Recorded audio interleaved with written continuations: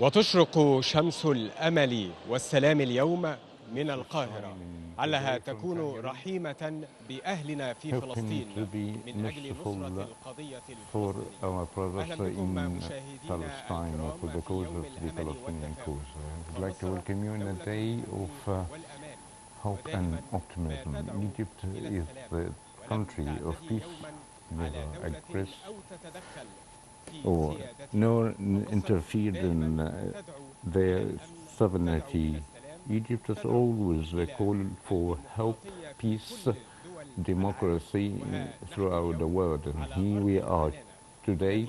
We are on our homeland that the size of the whole world is looking at for advocating the Palestinian cause today. The Cairo summit for peace is going to be launched as a response of the call of President Abdel Fattah al-Sisi in finding a consensus agreement to stop the bloodshed in the Gaza Strip and a comprehensive solution for the settlement of the Palestinian cause that lasted for more than 75 years. Cairo Summit for Peace, just a summit that more than 34 states have responded, in addition to 3 regional international organizations such as the United Nations, the League of Arab States, in addition to the African Union. Egypt is leading the whole world based in the rational diplomacy to stop the bloodshed of the civilians as well as the saving the defenseless citizens. President Abdel Fattah al-Sisi has arrived to the conference hall in the new administrative capital in preparing for launching Cairo Summit for Peace.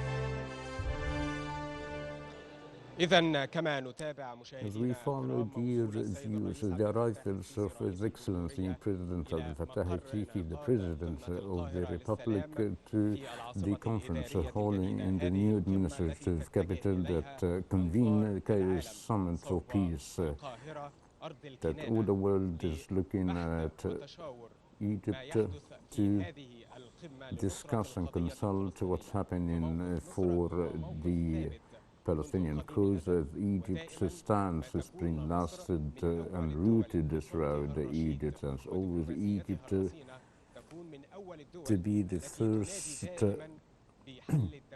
country that advocates the two-state solutions according to the international legitimacy. Since the launching of this crisis and this aggression of the Israeli army and the Gaza Strip, Egypt is moving throughout all the paths, such as the diplomatic path, political path, and the humanitarian one. Egypt is the first country to the necessity to open the Rafah crossing border to deliver the humanitarian aids, as well as to stop the bloodshed made by the Israeli troops against the defenseless citizens of the Gaza. We're not talking about the diplomacy traditionally, but we are talking about the presidential diplomacy, whereas the efforts of President Abdel Fattah al-Sisi were intensified to consult the leaders of the whole world to stop the bloodshed in Gaza Strip, and the call for Cairo Summit for Peace, and we are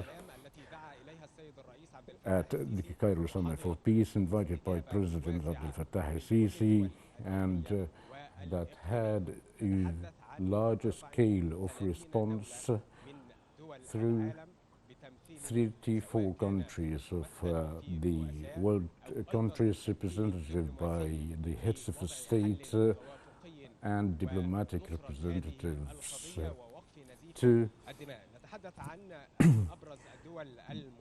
stop the bloodshed. The most importantly, Russia, Japan, Brazil, and France, and we will talk about Russia's and Brazilian stances were the first supporters in this cause in the UN Security Council.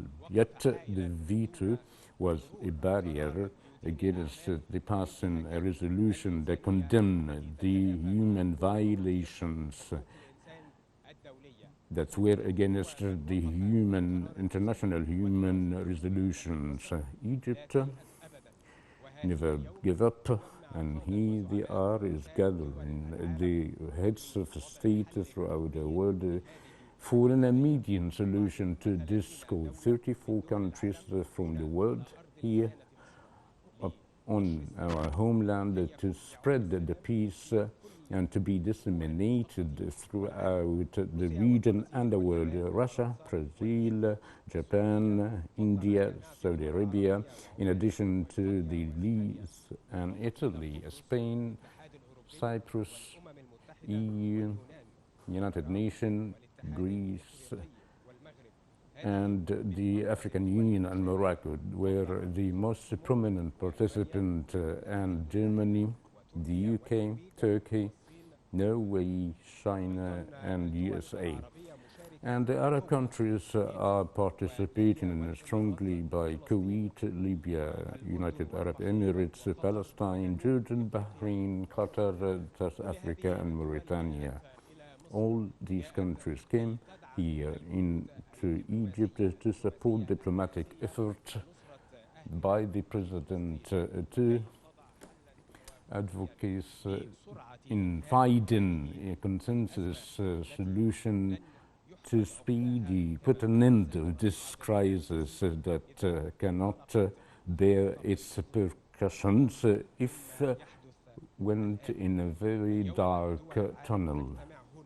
Here, the countries for the whole world are convened here in the new administrative capital to revive the just comprehensive settlement that lasted for 75 years and to put an end of a conflict as Egypt been always calling and advocates according to the international legitimacy to find a solution of the two-state solution. Egypt has always to coordinate where Egypt has been transferred to a big airport, bracing all the planes of throughout the world that realizing that the finding a solution of the Palestinian cause is the key for peace.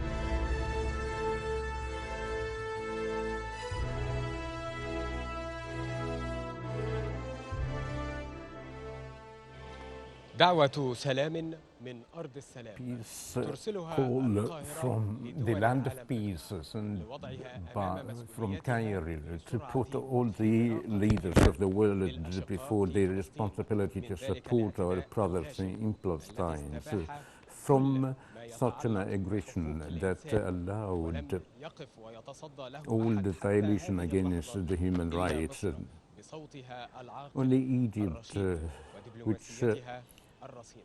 فاليوم standard وكما for نتابع by وصول using its القادة Russian and والزعماء diplomacy. المشاركين في Now, هذه as القمة we قمة القاهرة following the للسلام التي arrivals of تنطلق من the هنا من leaders of the العاصمة world الإدارية to الجديدة participate in the كي Cairo summit for توحد جميع peace الآراء in order وتضع to رؤية موحدة finding a ووحدة صف unified لكل دول العالم vision تتكاتف for فيها the whole لبرورة هذه world الرؤية to تجاه crystallize القضية such a الفلسطينية vision وسرعة حل هذه القضية against the التي Palestinian cause ظلت to ساكنة طوال escalate طيلة and find السنوات in a solution of الماضية the وها Palestinian مصر cause. تقود العالم Egypt من is جديد leading the whole لوقف world نزيف الدماء. once again منذ to قليل put an end تابعنا وصول of السيد الرئيس عبد the الفتاح السيسي bloodshed. رئيس A few الجمهورية minutes ago, إذانا we've بانطلاق قمة followed the القاهرة arrival للسلام. of وأيضا President Abdel Fattah al-Sisi, as well as leaders participating in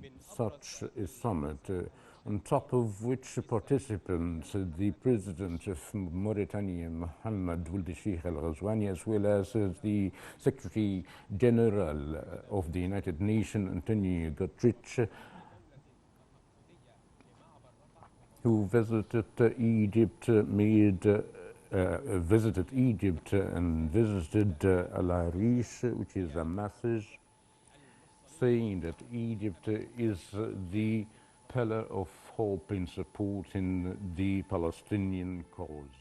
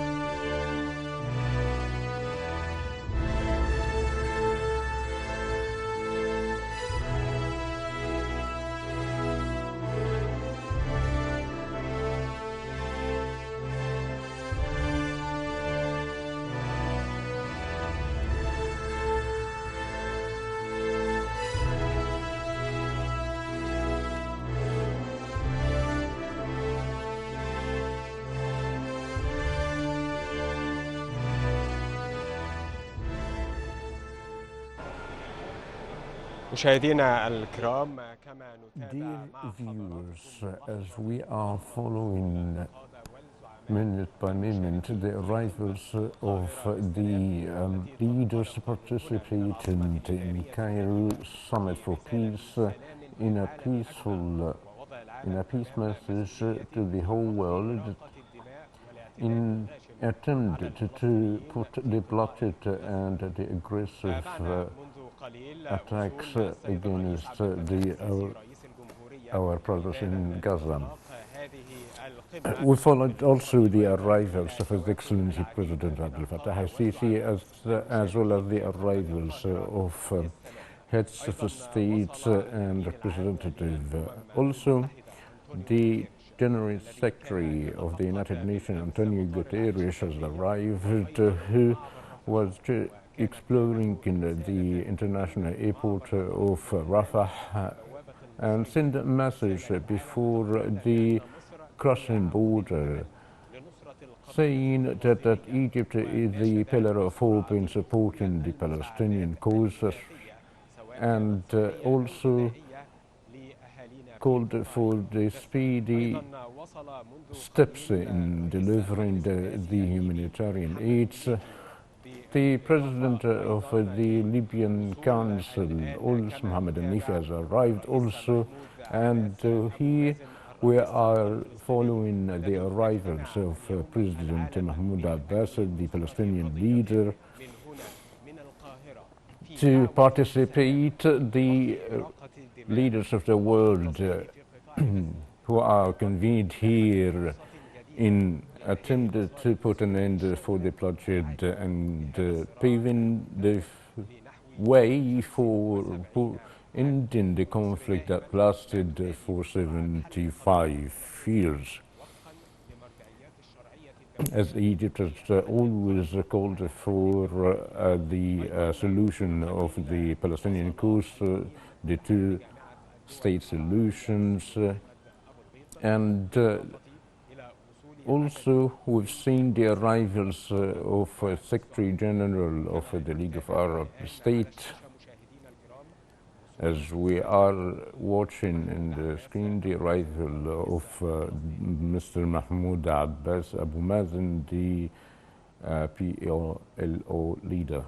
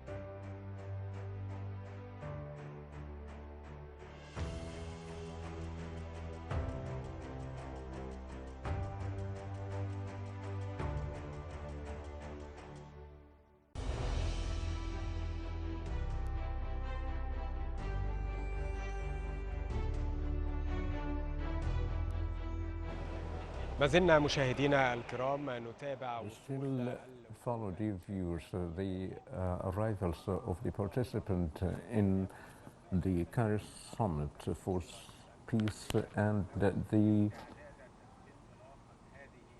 receiving by the Mr. President. The proceeding of the summit will be starting to partake in a collective photo, followed by two main sessions. The first one is an open session where we'll listen to the speeches of the leaders participants in this summit. About 34 representatives heads of state, all diplomatic representation, and the participation of the three international organizations, the United Nations, the African Union, and the League of Arab States. Following the open sessions, we'll be having a closed session between the leaders and then the communique of the summit that called by Cairo in reaching and given a new chance for a just settlement of the conflict according to the two-state solutions, and we've also following the arrivals of the participant delegations, and now in the screen, King of Bahrain, King Hamad bin Isa Al Khalifa, and the United Arab Emirates representatives of Sheikh Mohammed bin Zayed, the President of the state, as well as the Mauritanian President Mohammed Ould Sheikh Al Ghazwani, and the Prime Minister of Spain, Pedro Sánchez, and Moussa Faqih, the President of the European delegation, and Sheikh Tamim Mohammed Al Thani, the Emir of Qatar. And now we are watching the President Abdel Fattah al-Sisi receives the delegated or the participant delegation. A few minutes ago, we've seen the arrivals of the Libyan president and the Palestinian president Mahmoud Abbas Abu Mazen, and the Mr. Premier of Britain, Rishi Sunak, who had a press conference and a bilateral meeting with President Abdel Fattah al-Sisi yesterday in consulting the speedy delivering of the humanitarian aid, where Mr. Premier had a statement into which is praising the efforts of Egypt in the effort of delivering the humanitarian aid, and Cyril Ramaphosa also of South Africa, and Nikos Christou from Cyprus, and Sheikh Mashal Al-Ahmad from Kuwait, and President of Italy, Giorgio Meloni, in addition to the Turkish President, President Recep Tayyip Erdogan, and it is actually the first visit since 2010. All leaders of the world is gathering here to send the peace of a message of peace based on the current situations that been escalated in Gaza, resulted by the death of martyrs in Gaza. Egypt is leading the whole world in order to put the whole leaders before their responsibilities, as Egypt is fully aware that what's happening in the Palestinian territories is an aggression against the most simple of the human rights, and such deeds that are classified maybe as war crimes. Also, the humanitarian path Egypt endured since the first day of the crisis, representative or featured by the quickly to open the Rafah crossing borders and delivering all the humanitarian humanitarian aids that would assist in healing the pains affected by our brothers in Gaza Strip.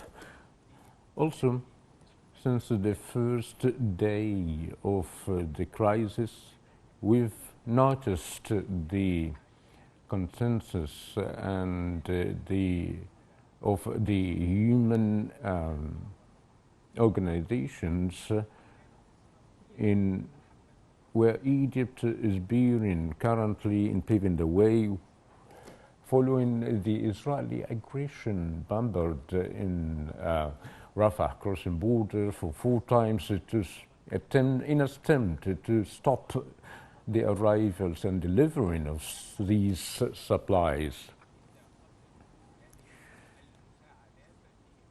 Egypt has already declared that it will be having no solution without the arrivals of these aids, where Egypt is trying to, in assisting paving the way, and also open the international airport of Al Arish to receive all the humanitarian aids planes, tens of planes of the friendly and brotherly countries in supplying the Gaza Strip of such food supply. And efforts by Egypt diplomatically and politically, and the rational voice was clearly exist in place since the 7th of October,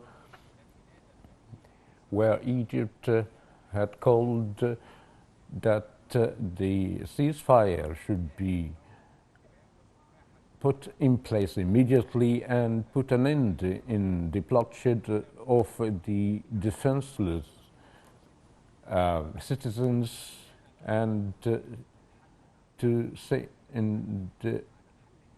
to continue the passive negotiation in attempt in finding a promised solution according to international legislation. So Egypt had taken the responsibility and the lead, and by launching Cairo Summit for Peace in attempt to stop the escalation in Gaza Strip and to give another chance for the revival of the peace process in attempt to put a just and comprehensive solution to the Palestinian cause. But today it's another day of hope from the land of peace in Egypt, where the peace would be spread throughout the region.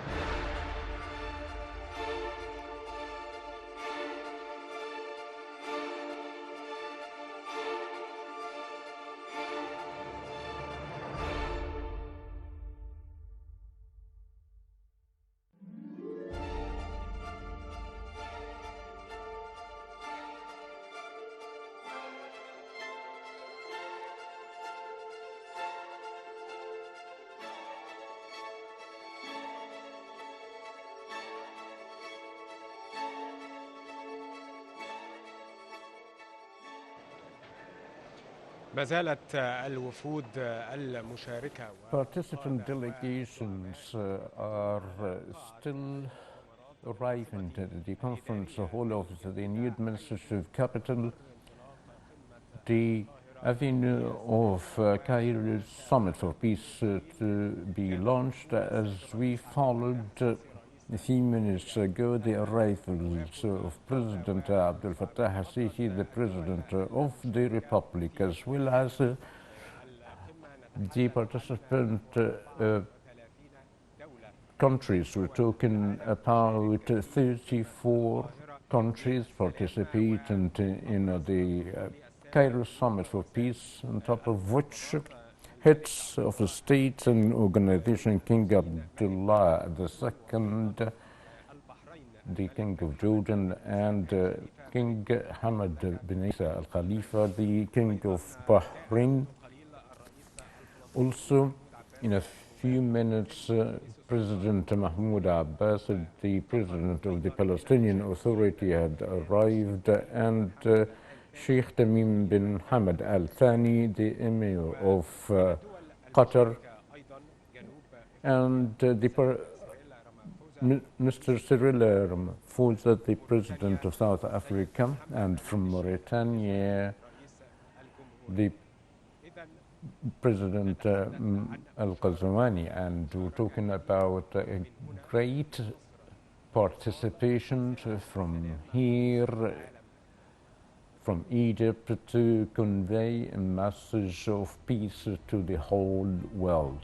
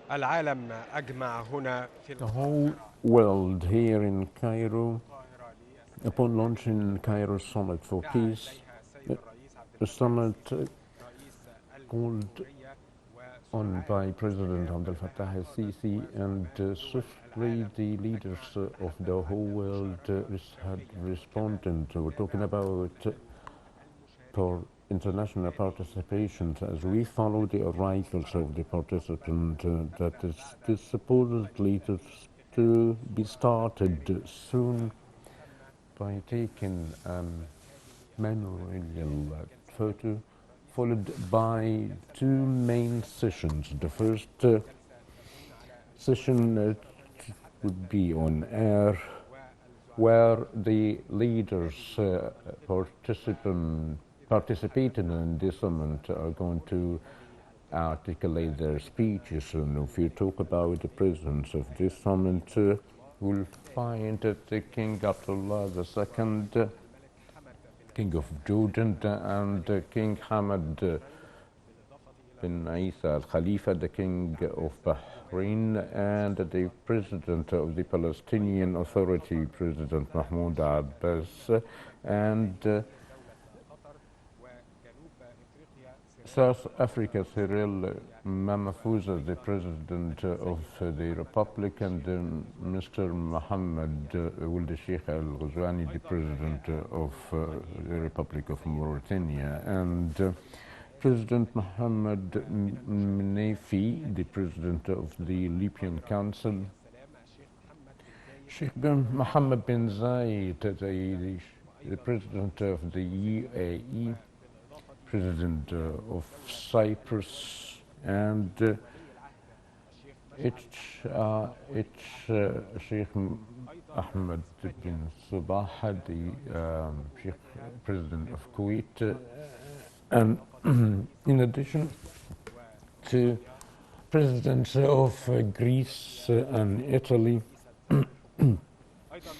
presented by the Premier and the Iraqi Prime Minister among the attendees and the delegations of Iraq, as we watch on air President Abdel Fattah al-Sisi, the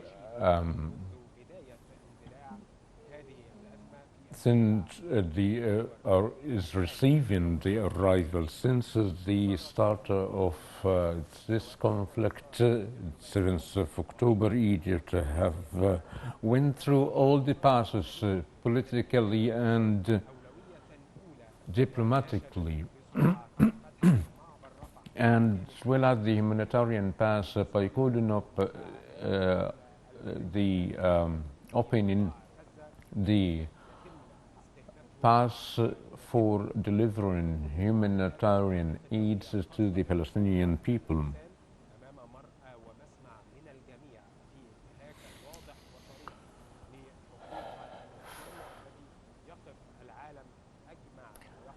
Where we have seen the brute aggression of the Israeli side while violating the human rights.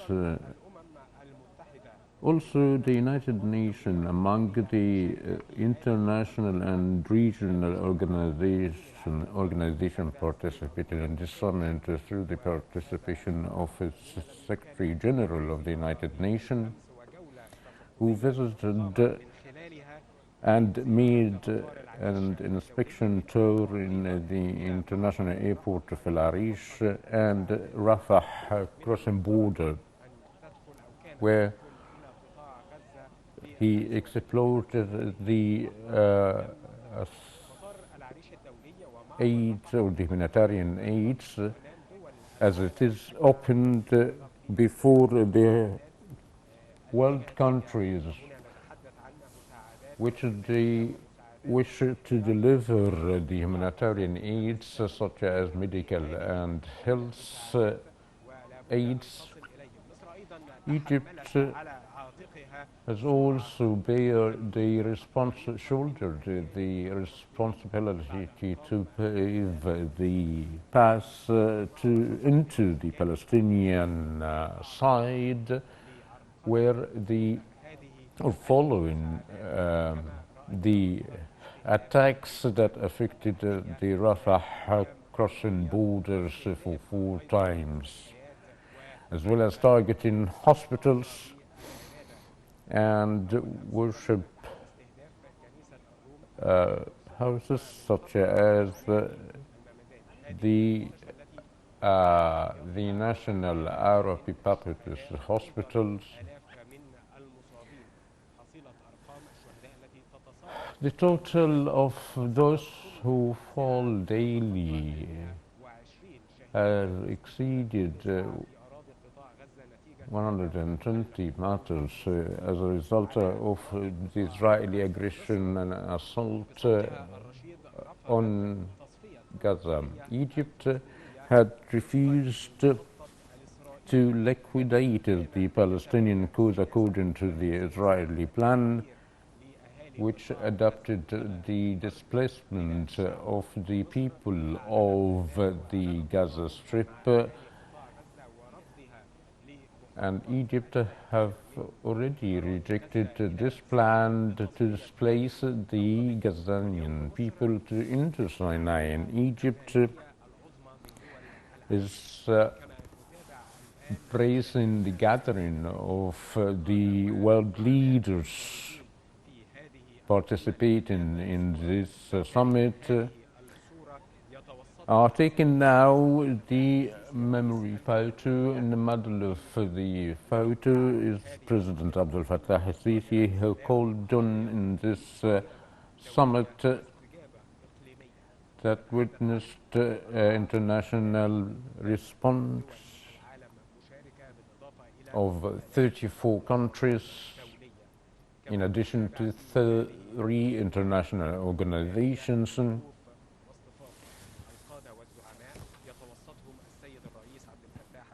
As we watch the lineup of the leaders in the middle of President Abdel Fattah al-Sisi and King Abdullah II, King Abdullah II, King of Jordan, the Palestinian President Mahmoud Abbas, and a number of leaders of the region,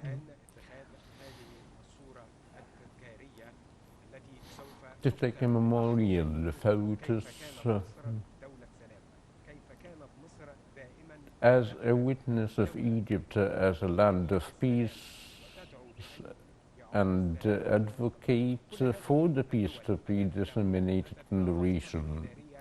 All these leaders have come here to the new administrative capital, acknowledging that the key of the Palestinian cause is here in Egypt, Egypt of the rational voice.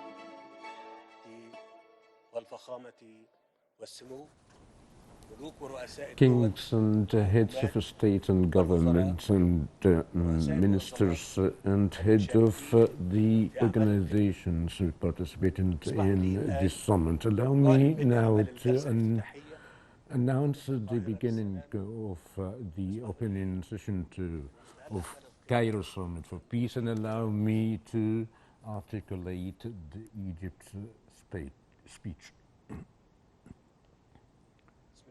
In the name of Allah, the most merciful, the most compassionate, Your Royal Highnesses, Excellencies, President and Kings, heads of state and government, Your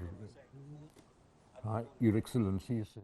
Ladies and gentlemen, dear attendees, we meet and convene today in Cairo in the midst and in the throes of a tight crisis that actually poses a test for our humanity and for the value of a human being and the right for life. It's a test for our integrity in terms of our actualization of the principles that we assume to hold dear.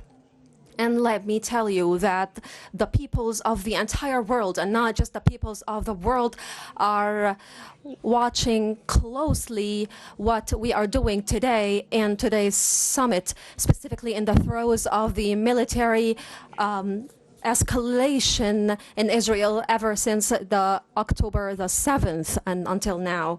Egypt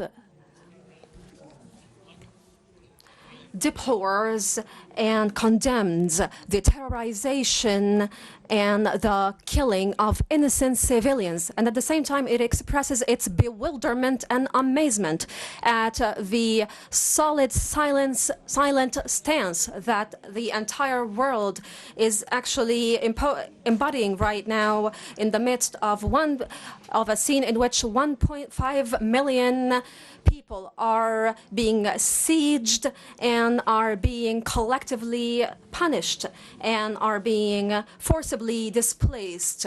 These are practices that are denounced and deplored by the international community that has elaborated the international law and the international humanitarian law in order to avert the unfolding of such and the replication of such events that terrorize innocent civilians. And let me wonder, frankly now, where are the principles of the humanitarian civilization that we have established over millennia and centuries? Where is equity and equality between the souls of human beings without discrimination or double standards?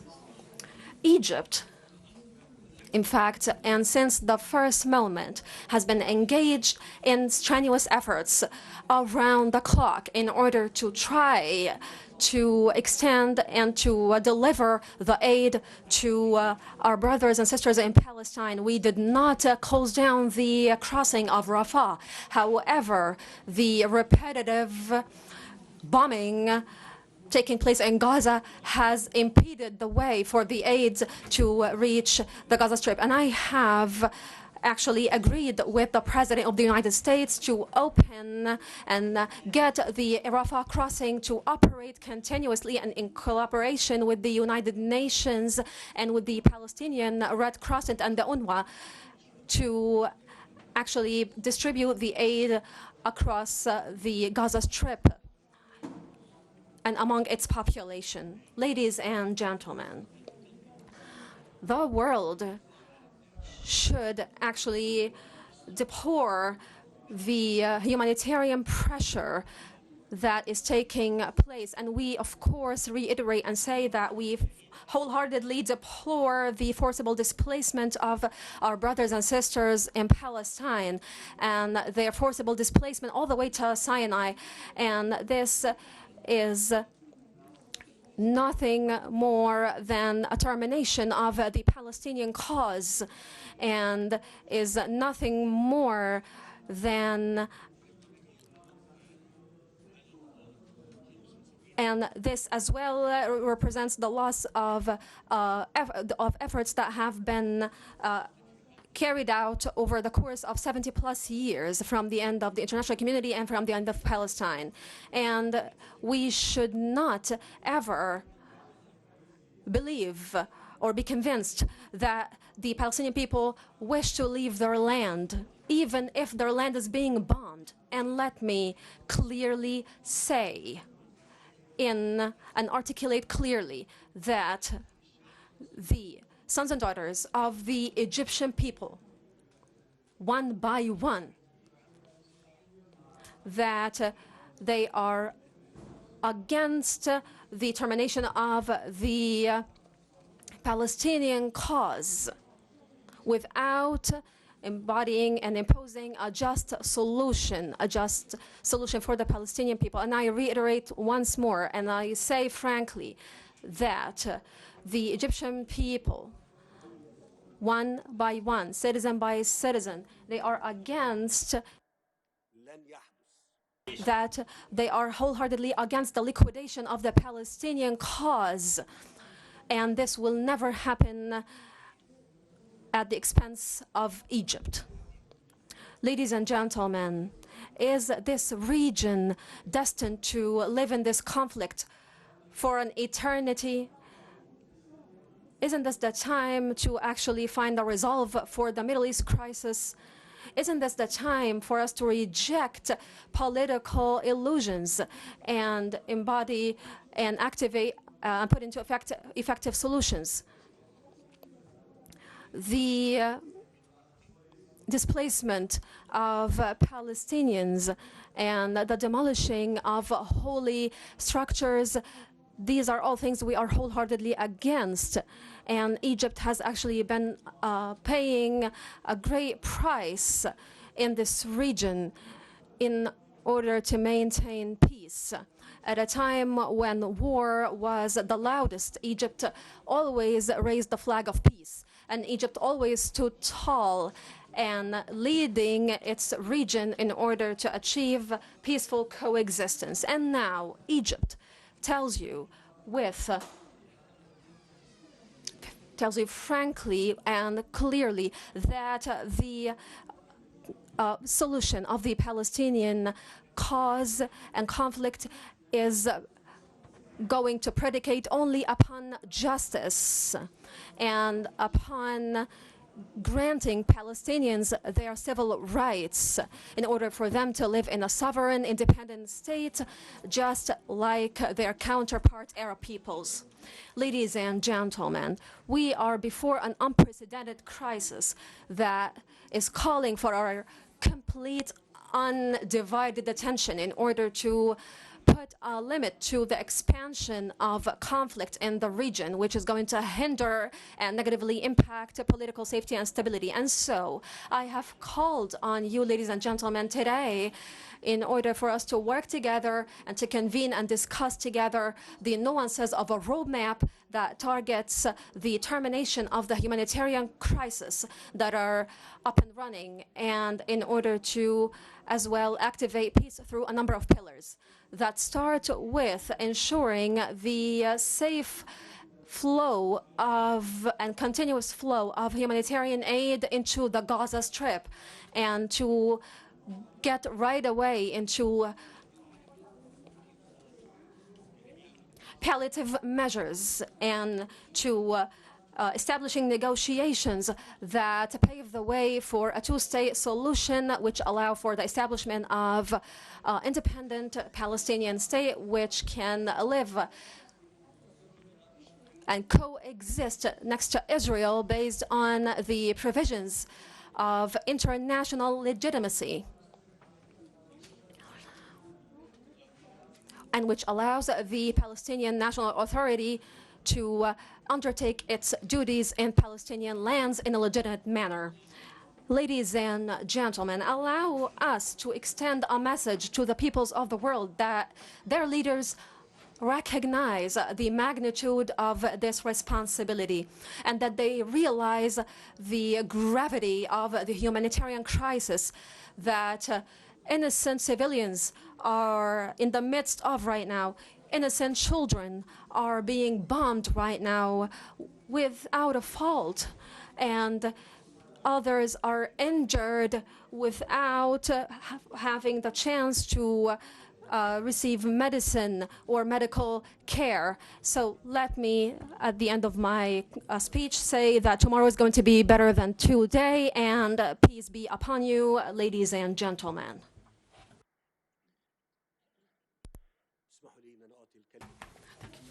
Allow me to extend now the floor to His Majesty King Abdullah. In the name of Allah, the most merciful, the most compassionate. And may God's peace and blessings be upon the Prophet Muhammad. My brother, Mr. President Abdul Fattah Sisi, Majesties, Highnesses, and Excellencies, peace be upon you all. I would like to extend my thanks to His Excellency, the President of Egypt, for convening this meeting during these difficult times, so we can work urgently together to stop this humanitarian disaster, which is pushing our entire region into the abyss. And allow me, ladies and gentlemen, to speak in English to our friends from Europe and the world who join us here today. So my message to them is, my friends, Assalamu alaikum wa rahmatullahi wa barakatuh. This is how Muslims and Arabs greet others, with a wish for the other to be blessed with peace and the mercy of God.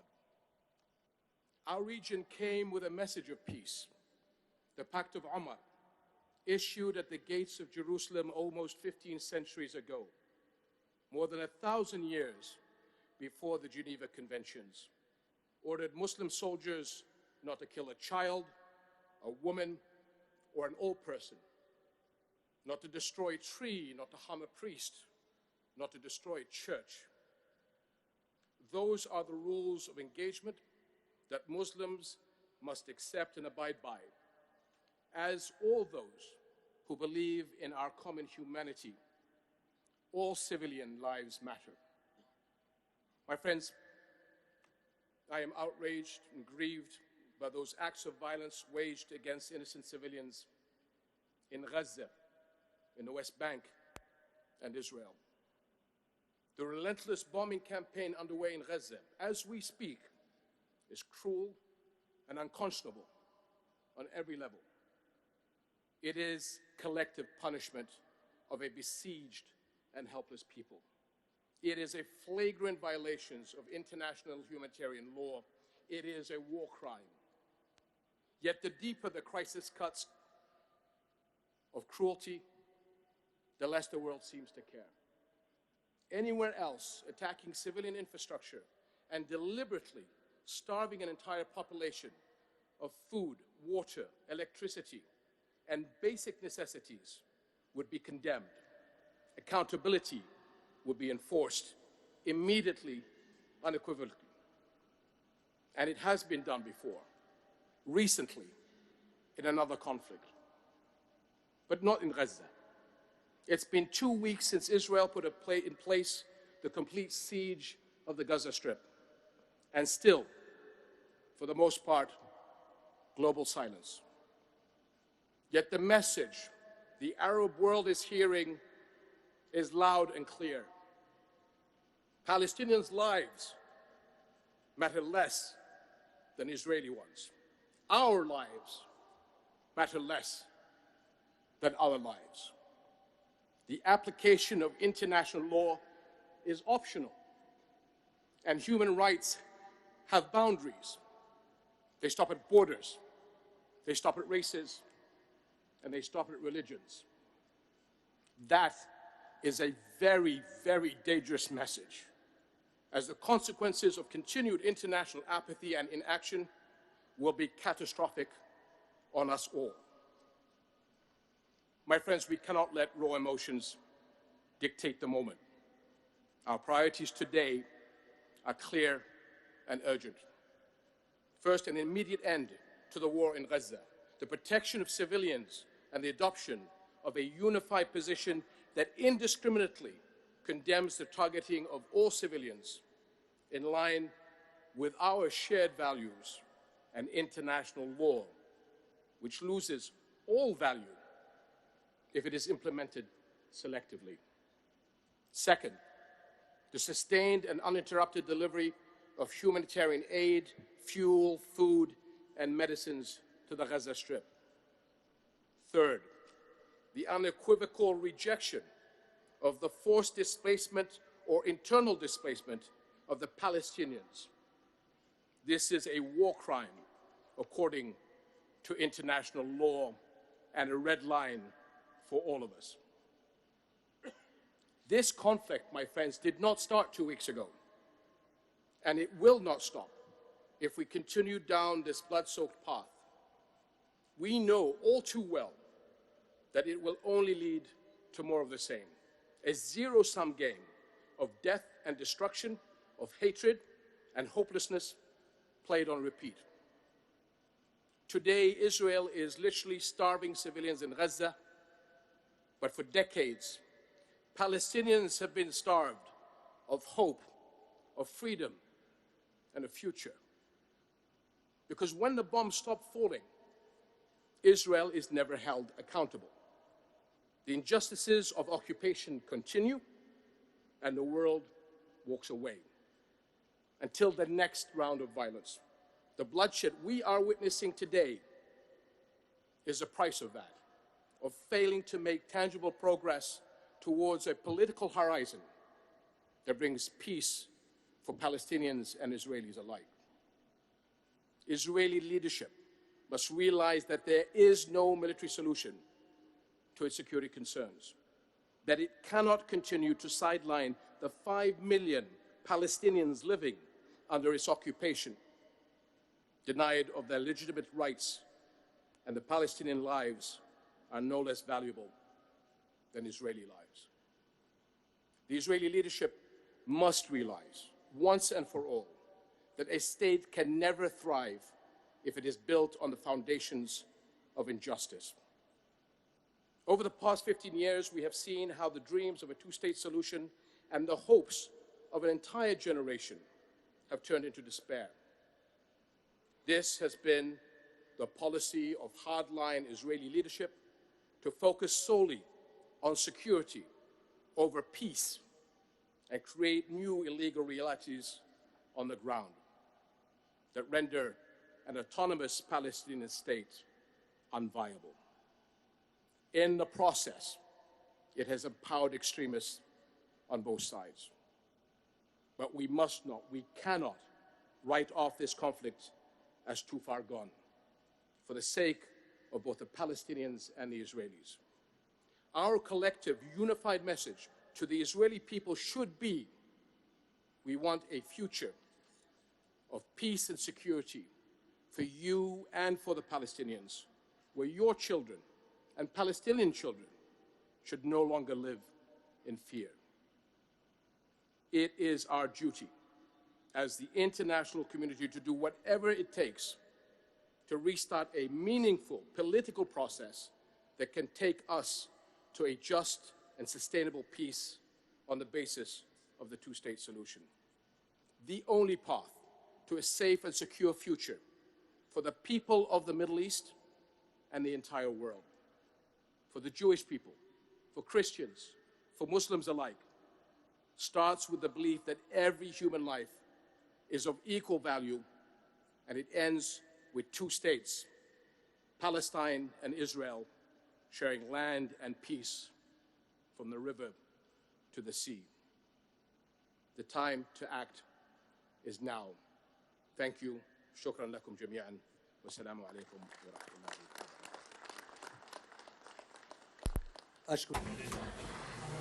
I extend thanks to His Majesty King Abdullah II, King of the Jordanian Kingdom, for his speech. And now I give the floor to His Majesty King Hamad bin Isa Al Khalifa, King of Bahrain. May he proceed.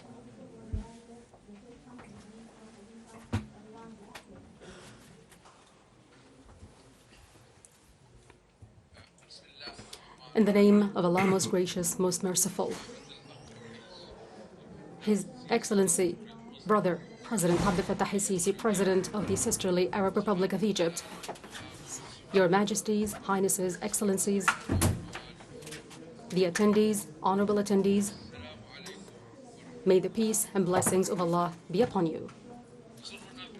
It is our pleasure in the beginning to extend thanks and appreciation to our brother, His Excellency President Abdel Fattah el-Sisi, President of the Arab Republic of Egypt, our sisterly country, for his generous invitation to convene this regional and international summit, the very important summit.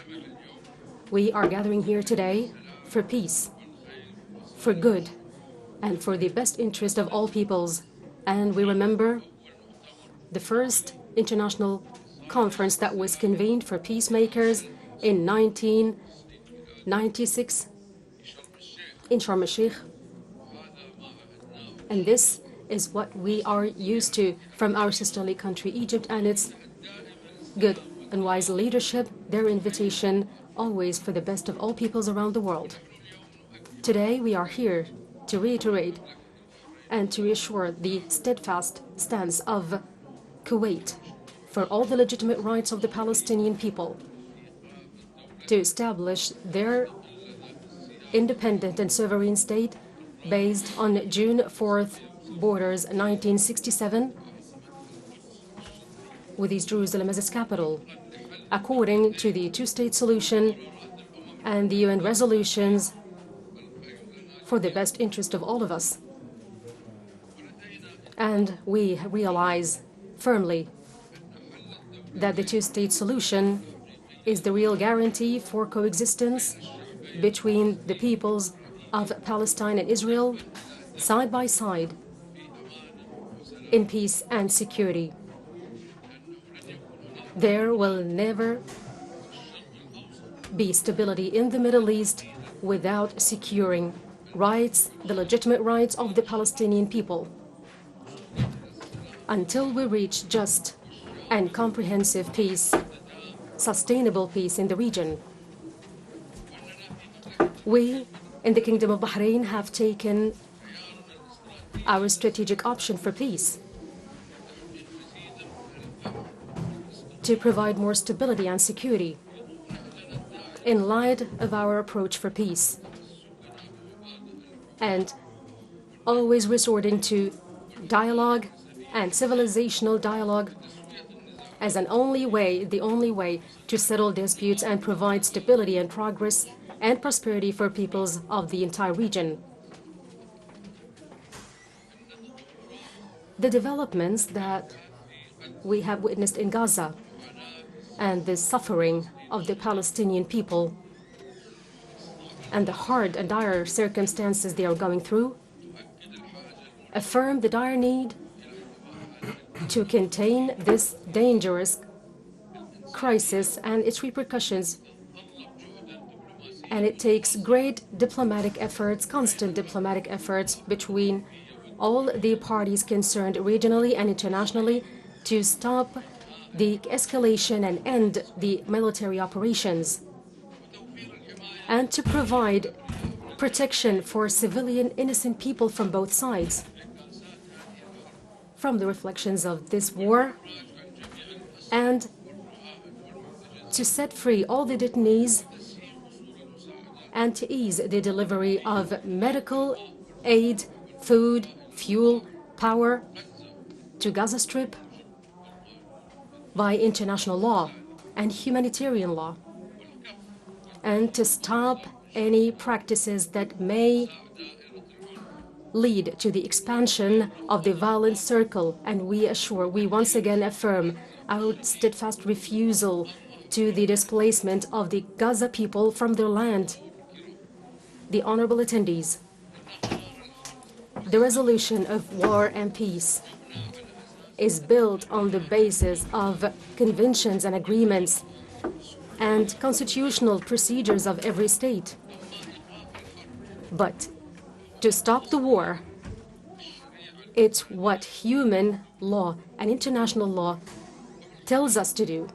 In conclusion, we once again reaffirm our appreciation to the role of Egypt led by its President Abdel Fattah el-Sisi, and its contribution, historical contributions to support the Palestinian cause and to protect the Arab security. And we affirm that this summit, we hope that this summit will have very fruitful outcomes to enhance our shared vision towards a sustainable security and peace and prosperity to all the peoples of the world, of the region. Thank you, and may the peace and blessings of Allah be upon you. I extend thanks to His Majesty King Hamad bin Isa Al Khalifa, King of Bahrain, and now give the floor to His Excellency President Cyril Ramaphosa, President of South Africa. May he proceed.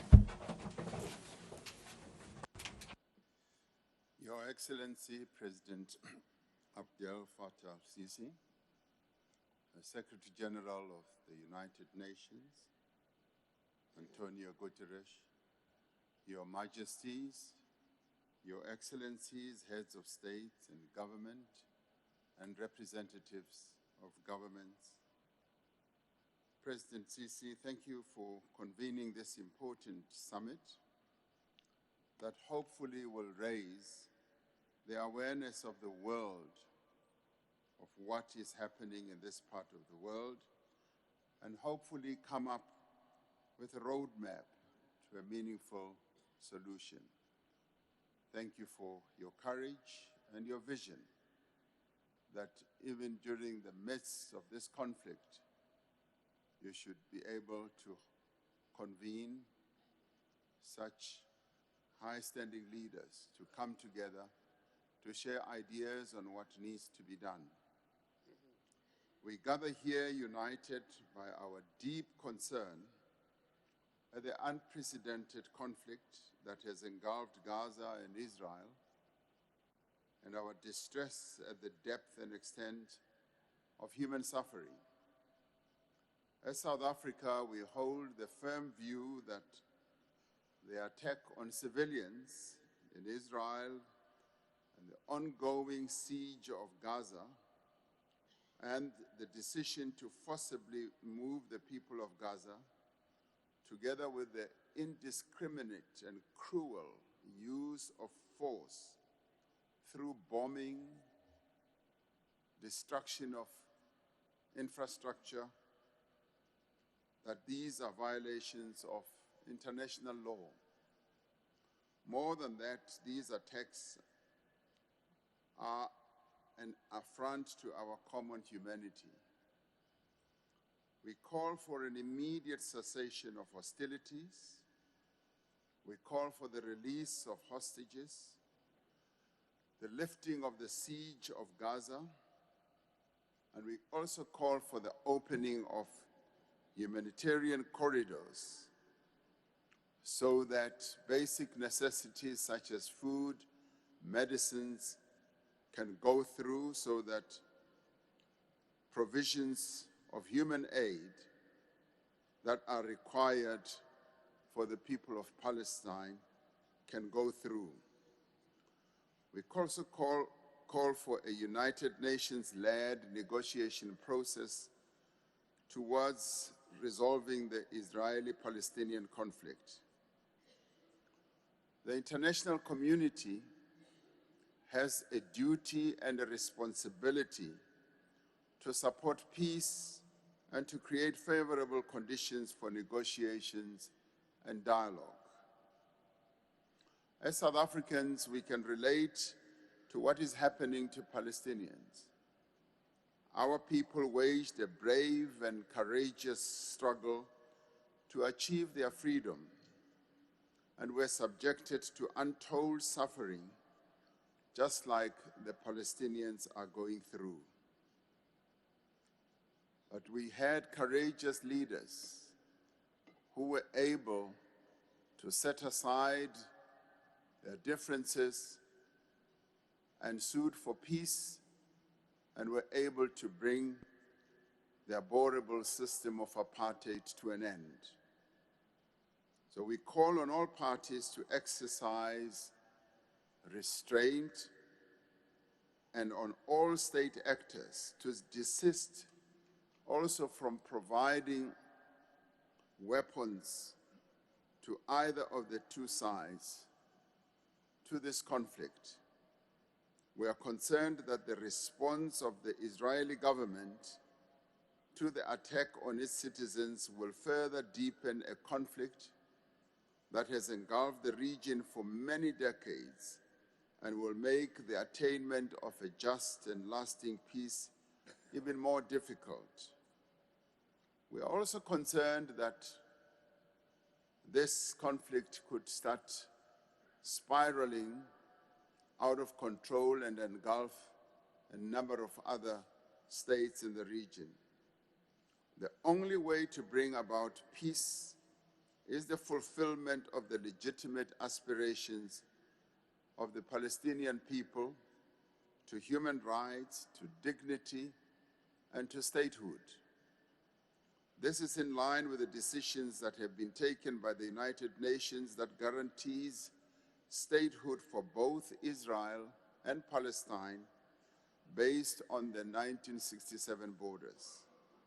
Only through a negotiated settlement supported by the international community can the people of Israel achieve the security that they seek, and the people of Palestine realize the freedom that they need and the self-determination that they deserve.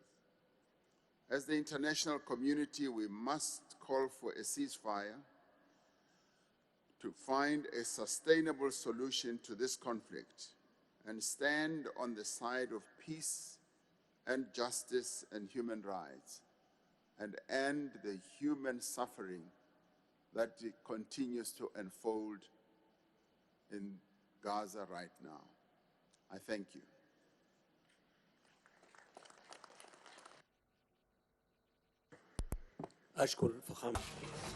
Thank you, Mr. President Ramaphosa, for your address. I now give the floor to His Excellency President Mahmoud Abbas, the head of the Palestinian Authority. Thank you. You have the floor, sir. Your Excellency, President Abdel Fattah al-Sisi, President of the Arab Republic of Egypt, leader, presidents, and heads of delegations, ladies and gentlemen, peace be upon you all. This conference is convened now in the midst of circumstances that are extremely cruel. Our innocent Palestinian people is facing extreme aggression and hostilities by the military of Israel, which all are inconsistent and violate principles and provisions of the international law. They target without discrimination institutions, hospitals, schools, and centers for hosting surviving civilians that have survived the bombing of their houses. We warn of the danger of displacement of our civilians from their houses, or their displacement from the West Bank or from Jerusalem. We will never accept this forcible displacement and will stand tall on our land despite the pivotal challenges. From day one, we have asked for the stopping of this barbarous aggression right away and to open up humanitarian corridors to allow humanitarian and relief aid to get into the Gaza Strip. But of course, the government of Israel didn't allow that. And as well, we warn of the continuation of the assault and aggression of the Israeli military in Jerusalem and the West Bank, and the aggression of extremist groups on Christian and Muslim holy institutions.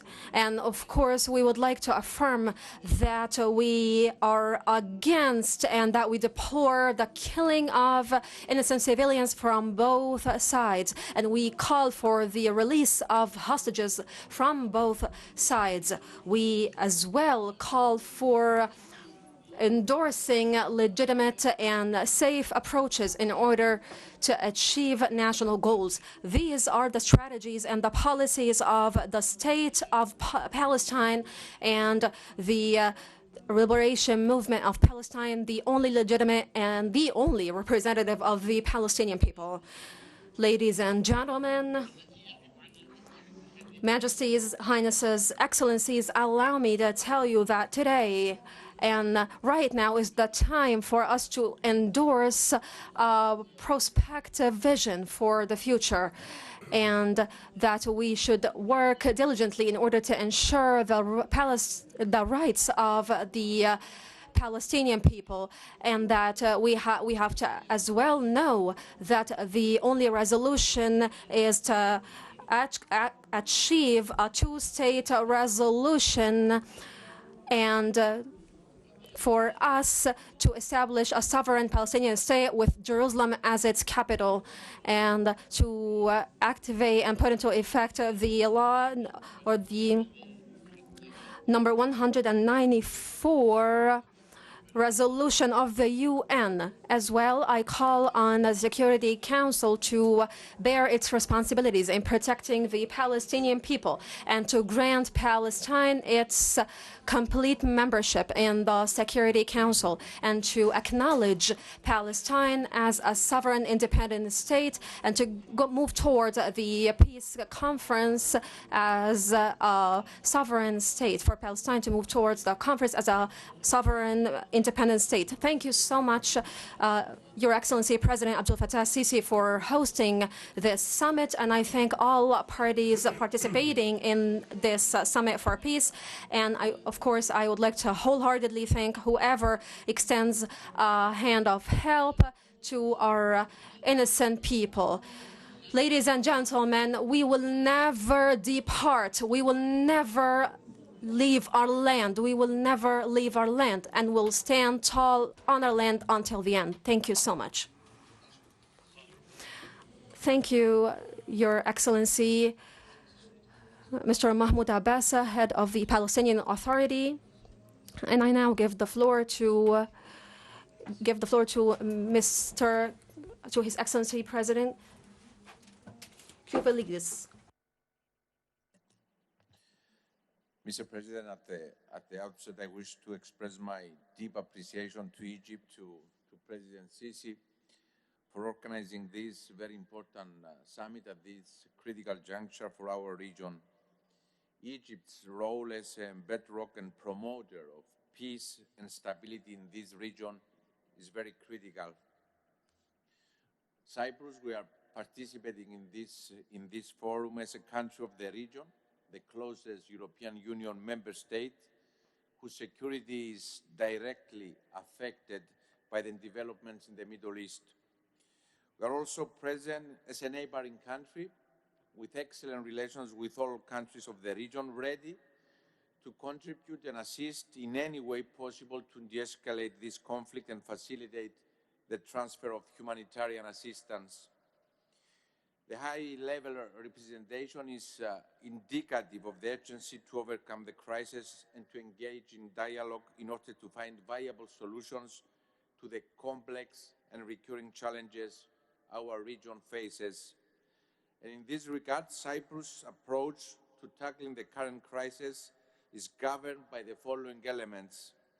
First, terrorism is a common threat for all countries, and there is never any justification. We have therefore unequivocally condemned Hamas' terrorist attack on October 7. Second, the fact that Hamas does not represent Palestinian people or the Palestinian cause. Third, the right to self-defense must always be exercised in line with international law, including international humanitarian law. Four, the need for permanent de-escalation. Fifth, the vital importance of protecting all civilians. The targeting of civilians and civilian infrastructure is unacceptable. Six, ensuring that humanitarian assistance reaches Gaza. Seven, the need for the immediate and unconditional release of all hostages. Eight, the recommitment to a viable two-state solution in line with the parameters reflected in relevant UN Security Council resolutions. This can be the only viable solution to the problem, and it is clear that we have no other option but to create the conditions for the resumption of meaningful peace process. Dear friends, our region cannot afford to continue addressing its crisis in firefighting mode. What this crisis, the current crisis, as well as other crises have taught us is that there are no frozen conflicts. That in the absence of a viable, lasting peace, there is always the risk of erupting conflict with devastating consequences and ripple effects. In the vacuum created in the absence of fair and viable political solutions that address the root causes of conflicts, we will not see an end to the cycle of violence. The current conflict also presents a serious national security threat that cannot be overstated and should not be underestimated, particularly for the countries of the region. For example, Egypt and Jordan are shouldering enormous migratory burden. They cannot be expected to have more. Moreover, we fully understand and appreciate Egypt's legitimate real concerns because we know that Egypt is a catalyst of stability in our region and its security should not and cannot be jeopardized. We also share the fear that, as has often been the case in the past, our neighborhood will disproportionately bear the brunt of the consequences of this conflict. We cannot be expected to do that on our own. This is not a regional crisis of limited concern or impact. It is fundamentally a question of international peace and security and a challenge that our global collective security system must respond to. The Secretary General of the United Nations, whose presence here today I very much welcome, must be given space to contribute decisively to peacemaking in the Middle East and to contain the ramifications of this crisis. Our region cannot afford further instability. It is in dire need of peace, stability, and security. Thank you very much.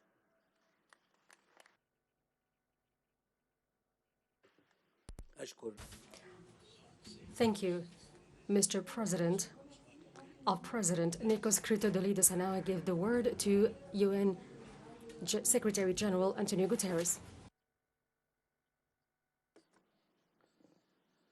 Your Excellency, President El-Sisi, Your Majesties, Your Highnesses, Excellencies, we meet in the heart of a region that is reeling in pain and one step from the precipice.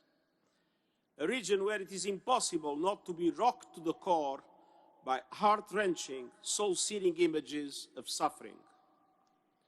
Yesterday, I went to the Rafah border crossing. There I saw a paradox, a humanitarian catastrophe playing out in real time. On the one hand, I saw hundreds of trucks teeming with food and other essential supplies.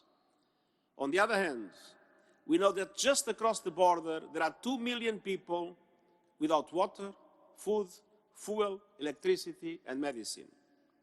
Children, mothers, the elderly, the sick. Full trucks on one side, empty stomachs on the other. Those trucks need to move as quickly as possible in a massive, sustained and safe way from Egypt into Gaza. A 20-truck convoy of the Egyptian Red Crescent is moving today. And I want to express my deep gratitude to Egypt for the essential role Egypt is playing in this regard. But the people of Gaza need a commitment for much, much more. A continuous delivery of aid to Gaza at the scale that is needed. And we are working non-stop with all parties that are relevant to make it happen. Excellencies, let's be clear. The grievances of the Palestinian people are legitimate and long. We cannot and must not ignore the wider context for these tragic events. The long-standing conflict and 56 years of occupation with no end in sight. But nothing can justify the reprehensible assault by Hamas that terrorized Israeli civilians. And those abhorrent attacks can never justify the collective punishment of the Palestinian people. Institutional humanitarian law, including the Geneva Conventions, must be upheld. And that includes protecting civilians and not attacking hospitals, schools, and UN premises that are currently sheltering 500,000 people. Excellencies, our near-term goals must be clear. Immediate, unrestricted, and sustained humanitarian aid for besieged civilians in Gaza. Immediate and unconditional release of all hostages. And immediate and dedicated efforts to prevent the spread of violence, which is increasing the risk of spillover. To advance all these efforts, I appeal for a humanitarian ceasefire now. Excellencies, our sustained collective efforts and resources have never been needed more. As we focus on ending the bloodshed, we cannot lose sight of the only realistic foundation for a true peace and stability, a two-state solution. Israelis must see their legitimate needs for security materialized, and Palestinians must see their legitimate aspirations for an independent state realized in line with United Nations resolutions, international law, and previous agreements. The time has come for action. Action to end this god-awful nightmare, and action to build a future worthy of the dreams of the children of Palestine, Israel, the region, and our world. Shukran.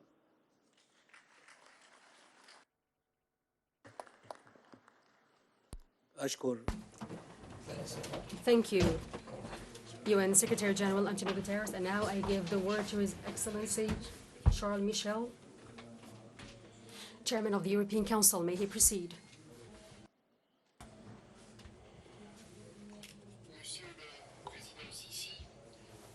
Royal, Mesdames et Messieurs les chefs d'État et de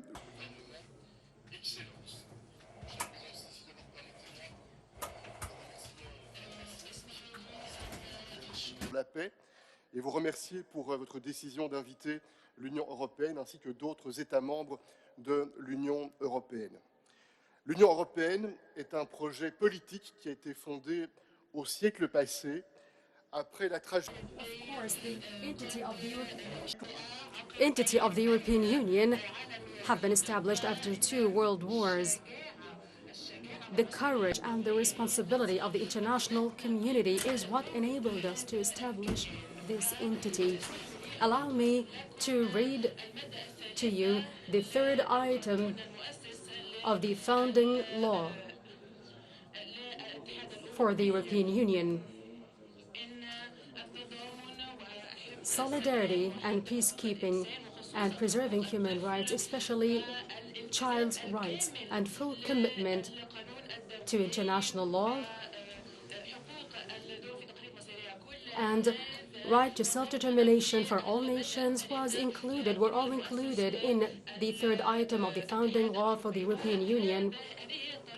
This is the procedure taken by the European Union before any crisis, and that's what we must adopt. Of course, it's inspiring for all of us.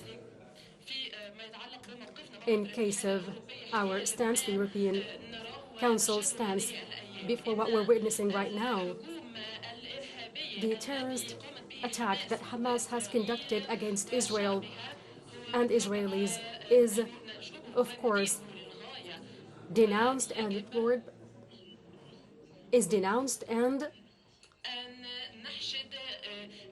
we must gather all efforts possible for mediation in this conflict to stop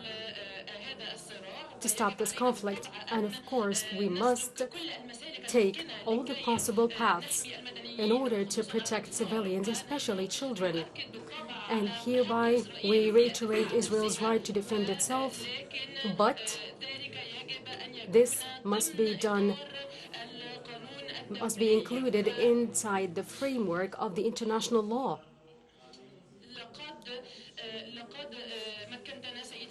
Mr. President, you enabled us to gather here today at one table to discuss and talk together about what we can do for these underprivileged people, what we can do to help them, to protect them, to provide them humanitarian aid, to supply them with water, food, power, medicine.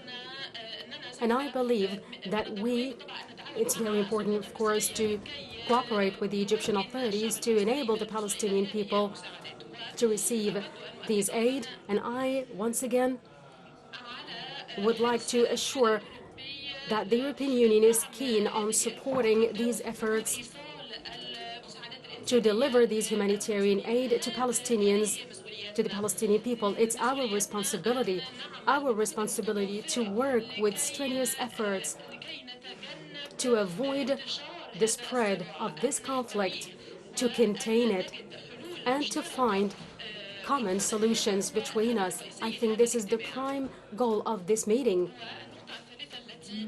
Another point I would like to discuss with you, ladies and gentlemen, is the necessity of exerting all possible efforts to have a sustainable two-state solution. And that's, of course, the initiative that's adopted by many countries attending now. This initiative it's the initiative that gathered many countries together. All these countries attending today support the Palestinian Authority that represent the aspirations and demands, the legitimate demands of the Palestinian people. Of course, now we are in the context where Palestinians suffer from many difficulties. There are divisions, there are hardships, there are tensions, and our responsibility as an international community is to work together and try to establish peace and stability in the region. And of course, we abide by these rules and the respect for international law. Thank you very much. Thank you, Mr. Charles Michel, Chairman of the European Council. And now I give the floor to Mr. Mohammed Waldeshir Ghazouani, His Excellency, President of Mauritania. May he proceed. In the name of Allah, most gracious, most merciful, Your Excellency, President Abdel Fattah el-Sisi, President of Egypt, Your Highnesses, Excellencies, Your Majesties, ladies and gentlemen. First, I extend thanks to Your Excellency, President Abdel Fattah el-Sisi, for your valuable initiative and for inviting us today for this meeting in light of the current circumstances that the Palestinian people are going through right now and its serious repercussions on the region. The status quo in the region is catastrophic by all means, by all measures. And what unarmed civilians are facing contradicts all principles and values. It will always be in our minds. It's against the human innate, the destruction and the criminal activities practiced against humanity. We look here at the Baptist Hospital is one of the most horrific atrocities in this conflict. The continuation of this situation warns of a massive chaos in the entire Middle East region. Something that cannot be predicted will happen. The effects will be unprecedented. the negative repercussions will affect the entire Middle East region and the world.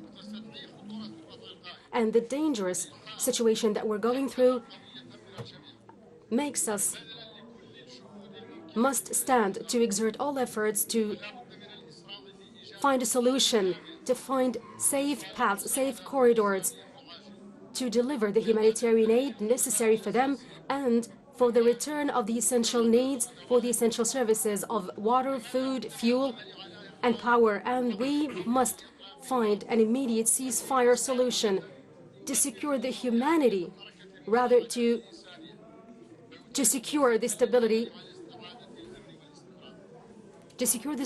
and of the region. What the region is witnessing right now, the violence, the catastrophes, is nothing but an inevitable result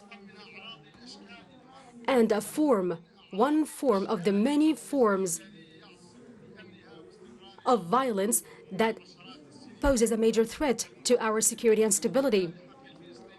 The Palestinians don't have the rights to establish an independent, sovereign Palestinian state with East Jerusalem as its capital. It is time now for everyone to be convinced that no one in this region will be safe or secured constantly unless the other side is secured. Peace is like security. You don't gain it by winning a battle or winning war. It will not be constant. It will not be stable for everyone. That's why we and the entire international society, community should be working with firmness to find a solution where we have two states, Israeli and Palestinian states, living side by side in peace and security. And the foundations for this solution exist in the resolutions, in legitimate solutions, and the resolutions of the UN, and with initiatives like the Arab Initiative. And the region will not be safe without this.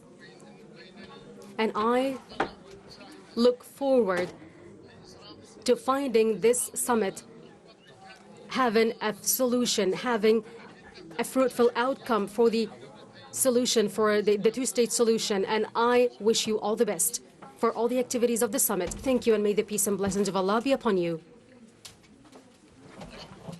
Thank you, Mr. President. Mohammed Ould Sheikh Al-Azwani, President of the Islamic Republic of Mauritania. And now I give the floor to His Highness Mishal Ahmed Al-Sabah, Crown Prince of Kuwait.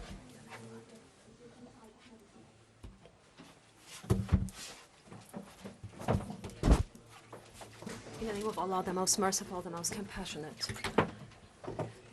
Your Excellency, President, and our dear brother, President Abdel Fattah Sisi, the President of our sisterly country, Egypt.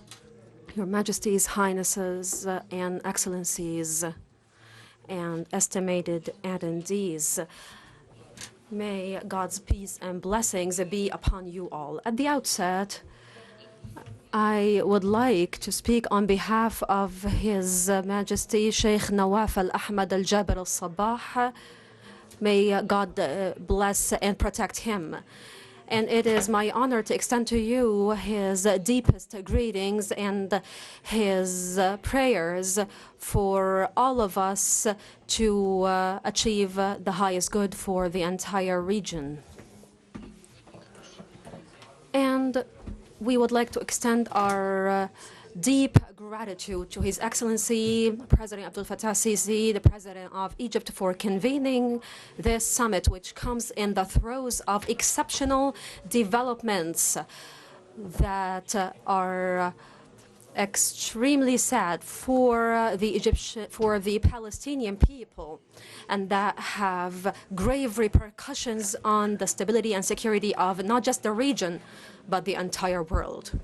Your Majesties, Highnesses, and Excellencies, we follow with profound pain the escalation and the continuation of the military operations executed by the Israeli forces against our brothers and sisters in the Gaza Strip, and the scene of collective punishment that they are going through, and they are doing through targeting innocent civilians through continuous aerial raids, which resulted in the killing of hundreds of innocent civilians, men, women, and children, indiscriminately. As well, the Israeli forces keep targeting the core services, fuel, power, water, and as well push civilians towards the path of forcible displacement.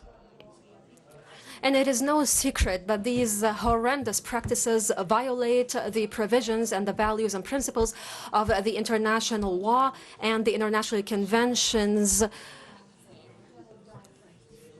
and the relevant international conventions. Majesties, Highnesses, and Excellencies, these practices are the outcome and the result of the inactivity of the international community to tackle this case effectively, and as well the result of the international community adopting and endorsing double standards when it comes to the Israeli-Palestinian conflict. And we, of course, in Kuwait, we condemn the murder of civilians and the detention of these civilians and taking them hostage. And we, as the government of Kuwait, we call for the instant termination and stopping of military operations and for the opening of safe corridors in order for the aid to be able to access the Gaza Strip. And of course, we express that we denounce and deplore wholeheartedly the act of forcible displacement that the Israeli forces are pushing the Palestinian people towards. And in the end, I would like to say that we in Kuwait, as the Kuwaiti people, the government, we affirm the right of the Palestinian people to have and to receive their legitimate rights. And we reaffirm the importance of establishing an independent, sovereign Palestinian state in light of the 4th of June 1967 borders. And of course, we affirm our support for the Arab Peace Initiative and all the initiatives and all the relevant initiatives that ensure safety and security in the entire region. Thank you, Your Highness Mr. Mishal Ahmed al-Sabah, the Crown Prince of Kuwait. And I now call on Mr. Mohammed Menafi, the head of the presidential program or the Presidential Council from Libya. Sir, you have the floor. Your Excellency, President of Egypt, President Abdel Fattah Sisi, head of the sisterly country Egypt. Excellencies, Highnesses, and Majesties, I would like to extend my deepest gratitude to our dear brother, President Abdel Fattah Sisi, and to the people and government of our sisterly country, Egypt, for their courageous initiative to convene this summit. Dear estimated attendees, we have to undertake our duties towards humanity in order to preserve the credibility of the international law and in order to ensure and instill international legitimacy. Ladies and gentlemen, what we are witnessing, which is represented by the targeting of whoever is living in the Gaza Strip, even if they take hostage in hospitals and churches and mosques, they still get targeted. Even, once more, I reiterate, I say, even if they take refuge in mosques and churches, they still get targeted. We have to agree on formulation in order to stop and terminate the aggression on the Palestinian people. Since the Security Council has not been moving swiftly in order to stop the massacre and the crisis that is unfolding in Gaza. We have to do that in order to ensure and to affirm and activate the principles of the UN Charter, which preserves the value of the international humanitarian law and which is consistent with all other relevant laws. In fact, the Israeli forces are doing something that is completely inconsistent and violates the provisions of the international law and the international humanitarian law. Everything that the Israeli forces have been doing are unprecedented, atrocious acts that we are all witnessing in silence. And so we call for the instant stopping and termination of Israeli military operations in Gaza.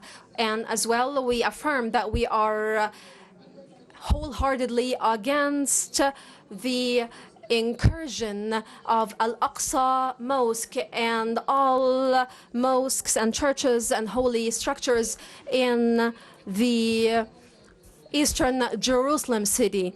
As well, we call for an Arab participation in the negotiations of comprehensive settlement that are going to predicate on the two-state solution and on the resolutions of international legitimacy in order for us to utilize them as a basis for settlement and for reaching an effective resolve for the issue. Ladies and gentlemen, we are not being accused of our preliminary stances regarding protecting civilians. We are not just accused of that, but we cannot at all disregard the suffering and the plight of the Palestinian people that are now put under complete siege and that are living in extreme despair. We need to find resolve for these Palestinian people to still have hope, to have hope once more. The human beings in the Gaza Strip, one of the most dense regions in the world in terms of the population, the Strip is collectively suffering from the acts of siege, and the practices of the occupation are still practicing arbitrariness in rejecting solutions and peace-oriented approaches. We are, ladies and gentlemen, before a real challenge that we have to live up to. We have to own up to our responsibilities in order to stop the plight and the suffering of our brothers and sisters in Palestine. In fact, there are there are agencies among which is the United Nations that has warned of the gravity of the situation in Palestine in the midst of targeting mosques, houses, churches, and hospitals. And according to the rule, and the hospitals right now, and according to the report of the WHO, are completely out of control. In fact, we would like to, in Libya, we would like to express that we are against unilateral decisions and that we are against the forcible displacement of the Palestinian people into Sinai, and that we call for the continuation of the operation of the Rafah crossing under the supervision of Egypt. And as well, we call for the reestablishment of vital installations, institutions, and the reconstruction of vital infrastructure in the Gaza Strip, specifically after they got entirely demolished by the Israeli military machinery. We would like to express that we stand wholeheartedly with Egypt and our Arab brotherly countries against the liquidation, the attempt of the liquidation of the Palestinian cause. And from here, I would like to call on our colleagues in the Security Council and the United Nations agencies to undertake their responsibilities in order to find a resolve for the Palestinian issue. And President Abdel Fattah Sisi, once more, let me reiterate and say that I wholeheartedly thank you, and I thank our dear Majesties, Highnesses, and Excellencies, and the members of delegations for their keenness on participating in this very important international summit, in order for all of us to protect our brothers and sisters in the Gaza Strip and to give them their self-determination right and to ensure their right for life. Thank you, Mr. Mohammed Al-Manfi, the head of the Presidential Council from the Republic of Libya. And now I give the floor to Mr. Boutros Sanchiz, the head of the Spanish government. Thank you.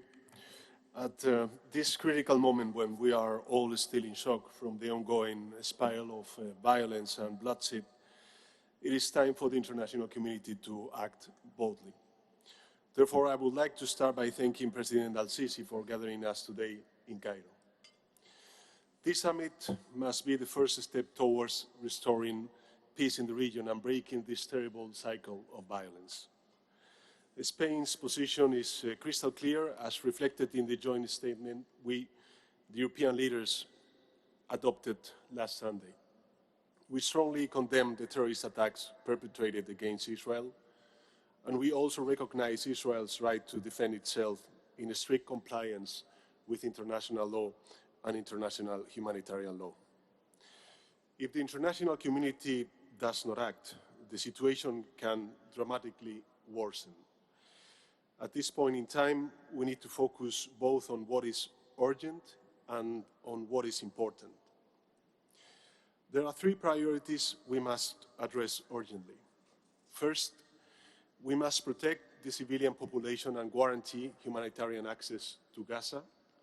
That means sustainable and sizable humanitarian, and that meets the needs for the Palestinian population. Furthermore, I joined the UN Secretary General's call for a humanitarian ceasefire. Second, Hamas must release all hostages immediately and without conditions.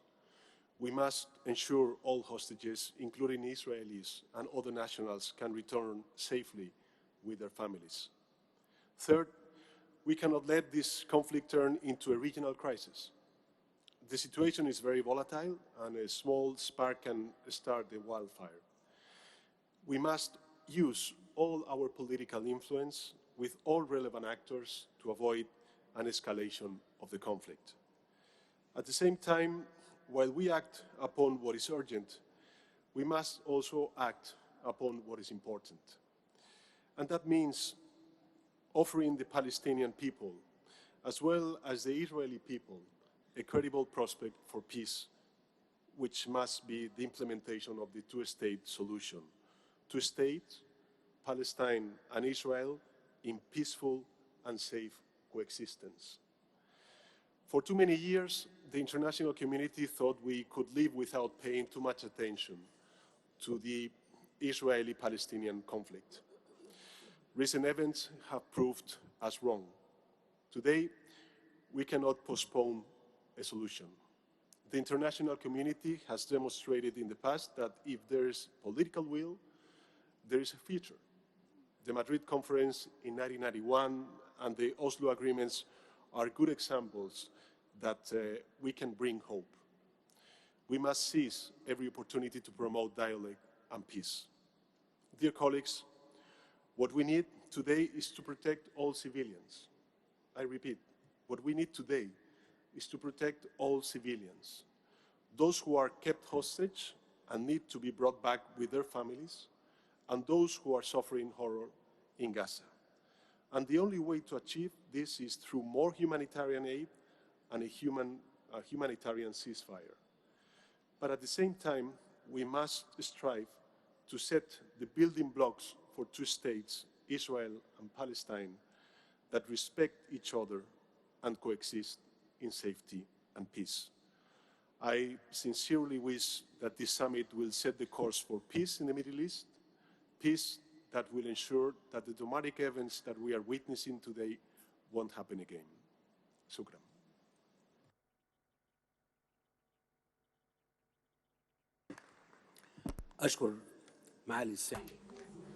Thank you, Your Excellency Pedro Sanchez, the Spanish government chief. And now I give the word to Kyriakos Mitsotakis, President of Greece.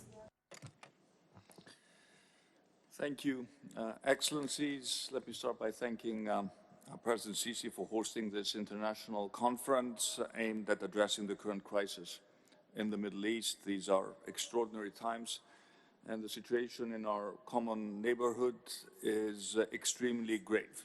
So it is right that we meet together here today. And in these critical moments for peace and stability in the region, I come here today as a true friend and as a neighbor. And the one key message to come out of today should be that we all condemn terrorism in all its forms, and we deplore the loss of life and the harm that has been inflicted to innocent civilians by the violence in Israel and in Gaza since the 7th of October terrorist attack by Hamas. There are innocent victims on both sides. There are civilians kept hostages, and no peace can be discussed until they are free. And there are civilians killed and wounded in horrible conditions, brutally assassinated in their homes in Israel, losing their lives in the destruction of the Al-Ahli hospital in Gaza. The position of Greece has been very clear from the beginning. Israel has a right of self-defense, but in accordance with international and humanitarian law. And I also want to be clear that collective punishment is prohibited by the laws of war. And these laws were designed to ensure that when war must be conducted, there are limits on what harm can be done to other human beings. And I will also share the opinion of the President of the European Council that a total siege is against international law. At the same time, we should also be honest in our judgment. Hamas is a terrorist organization that is inflicting unspeakable suffering both to Israelis but also to Palestinians. They should be held accountable. Hamas is not the Palestinian people, and we should not confuse the two. The Palestinian people do not deserve this. President Abbas, who heads the Palestinian Authority, rightly and bravely has spoken against violence from the very first day of the crisis. And it is very clear that the current situation poses grave risks of regional escalation. Egypt and Jordan are carrying a big burden and feel rightly very worried about the possibility of a forced displacement of the people of Gaza. And I'm here to support His Majesty King Abdullah, but also President Sisi, and to tell them that Greece stands with them. A widening of the conflict will have far-reaching consequences for the future of the entire region. And we should not underestimate the cost for all in terms of human lives and beyond. Our first thoughts these days must be with the victims, and we must recognize the pain and trauma that these attacks have brought both to Israeli and to Palestinian people, and alleviate the sufferings. Hostages should be released and returned to their families, and the International Red Cross should have access to them to start with, and the immediate and unhindered provision of humanitarian aid to the Gaza Strip should be ensured. And I want to emphasize the efforts of the Secretary General of the United Nations in this respect, and welcome the announcement of the opening of a humanitarian corridor through Egypt to Gaza for the transport of the necessary provisions. And I hope that this can be put into effect immediately. Greece has been coordinating with our partners within the European Union. We are ready to contribute to any peace initiative, and as a neighboring country, we hope that an immediate de-escalation can be attained and humanitarian aid can be provided to all civilians. Last but not least, the future that we want for this region, the future of sustainable peace, stability, and prosperity, can only be attained with the resumption of the peace process on the basis of a two-state solution. And if one thing should be clear to all of us is that no military intervention can replace a viable political solution. Thank you very much.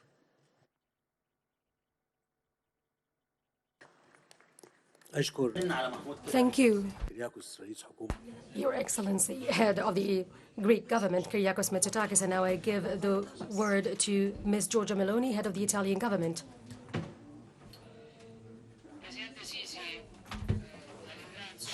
La velocità e la determinazione con la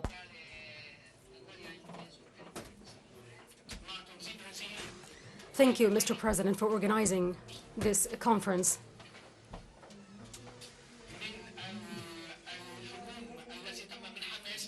We are talking about the attack launched by Hamas on October 7th, and we must always remember that innocent civilians have left their homes. And from our point of view, we must respond. Italy has taken many stances. We would like to be the starting dialogue point between Mediterranean countries and the European Union, and we have the ability to do that. This turning point, that's shifting from leaving civilians. From our point of view, the displacement of civilians, especially, is one of our greatest concerns. It's very important for all the leaders who are present today and who are present at the negotiating table. What is happening in Gaza is not just a conflict, it's a regional conflict. It's a conflict for civilization. We must pay great attention to the humanitarian aid that must be delivered to the people of Gaza. And from my point of view, what must be done is there could possibly be a target here for the attack of Hamas. We must try to defend the Palestinian people. What is happening against the Palestinians in Gaza is a result through the countries of the Mediterranean and the Arab states. There must be peace for all the citizens, for all the people, and they defend themselves in Gaza. We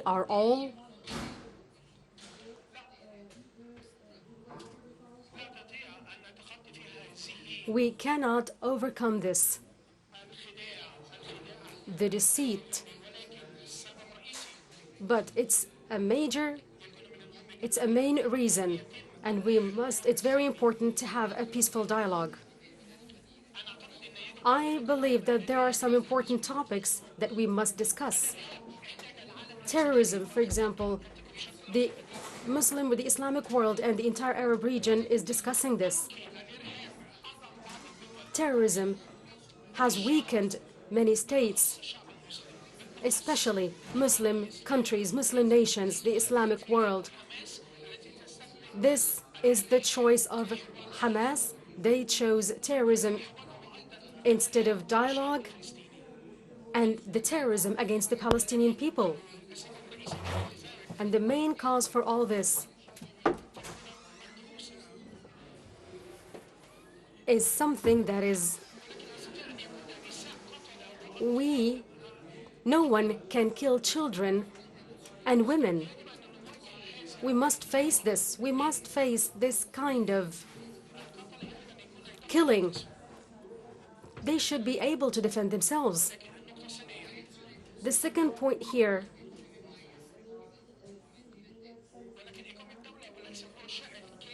to establish a state, this has not been easy. That's the point that we would like to address. It must be related to a political force against the civilian people. That's the end that we should face. I have great confidence in the Israeli people. The third point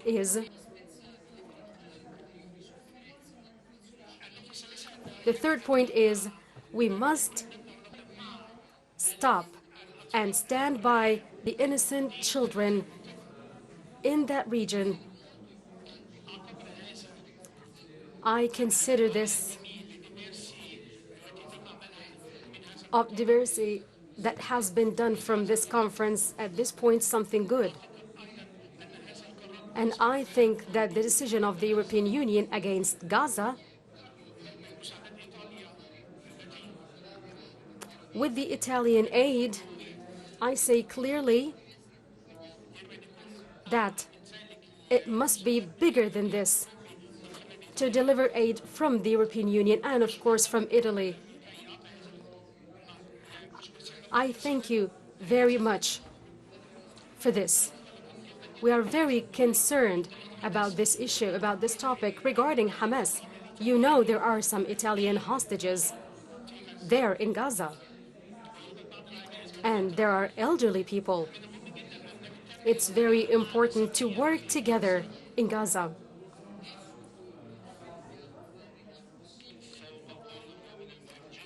It's very important to control to de-escalate the tension in the region and control the repercussions. It will be something beyond imagination, and thus we must launch a political initiative that aims at finding a solution for the conflict in a sustainable way by respecting the two-state solution, a solution that can be applied on the short range. That's why there must be a sovereign Palestinian state that lives in peace side by side next to the Israeli state that has the right to exist and to live in peace and security and to self-defense. And Italy is ready to work on achieving all these points. Thank you very much. Thank you, Head of the Italian government, Ms. Giorgia Meloni. And now I give the floor to His Excellency Mohammed Shia Sudani, the Prime Minister of Iraq. In the name of Allah, most gracious, most merciful, Your Excellency, Brother Abdel Fattah al-Sisi, President of the Arab Republic of Egypt, heads of government, kings and presidents, honorable attendees, may the peace and blessings of Allah be upon you. I extend thanks and gratitude to our sisterly country of Egypt for inviting us for this meeting in this very hard time when the Palestinian people are facing genocide and being targeted in hospitals, in civilian areas, in churches, on top of which is the massacre in the Baptist hospital that the Zionist occupation where the Zionist occupation has shown their real intent in crossing all the red lines. It's a war crime on full scale that started with killing unarmed people and forcing a siege on the rest of the living. It's extremely hard to describe in words what is happening on a daily basis, the atrocities that are committed non-stop, and the burying of people who are alive under the rubble of their own homes, starting from the Nakba in 1948.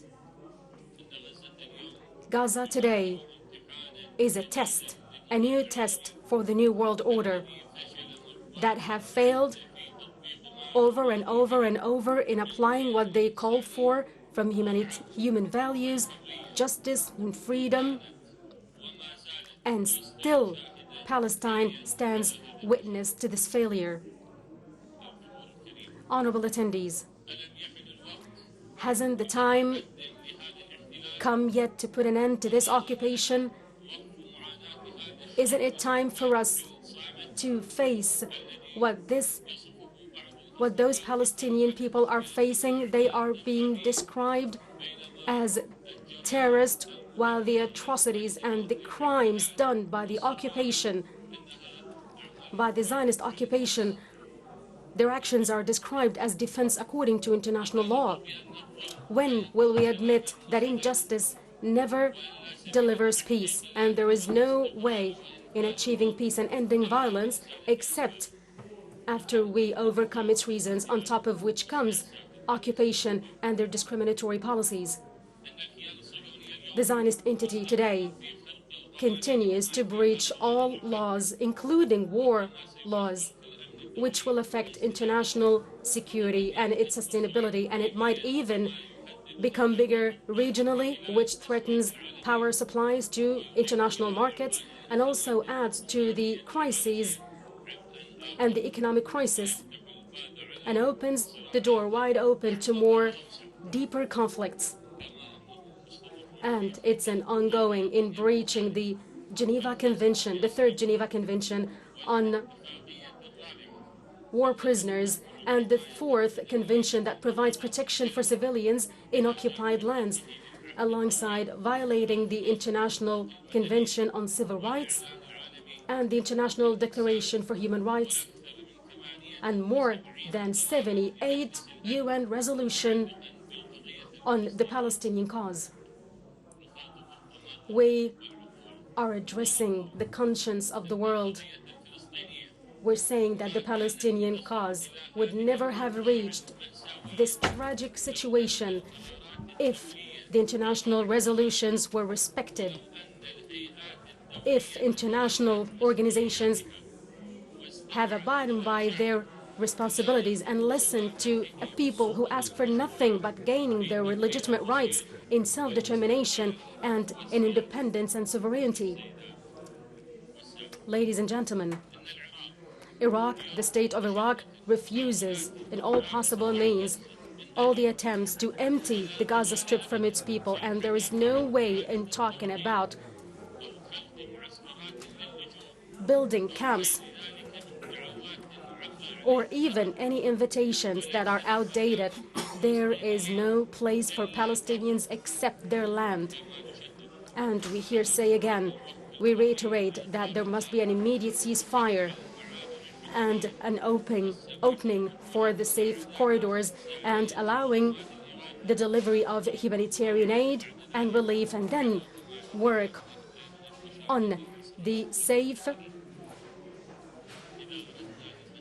passage of hostages. The efforts that we exert now must be for lifting the siege fully on Gaza Strip. Alongside that, we invite for establishing a fund for the reconstruction of Gaza, and we in the state of Iraq will never be late, will never refrain from delivering any aid and help to them. And before everything else, we here point to the importance of stop liquidating the cause of Palestine and trying to bury it. No one has the right to make any compromise or secede or donate or speak for the Palestinian people. They are the people who own the land and the cause. International legitimacy and all free nations of the world who believe in humanity and justice everywhere have called and still call for an independent state of Jerusalem, of Palestine, with East Jerusalem as its capital, not ripped through with policies. We must all realize that the continuation of neglecting the legitimate rights of the Palestinian people will never produce anything except more violence and more bloodshed and more instability in the region and the world. Mercy and acceptance for the martyrs of Gaza and all the martyrs of the Palestinian cause along the years. And may the peace and blessings of Allah be upon you. Thank you, Mr. Mohammed Mishal al-Sudani, head of the Iraqi government. And now I give the word to His Excellency Shihab bin Tariq, Deputy Prime Minister of the Sultanate of Oman.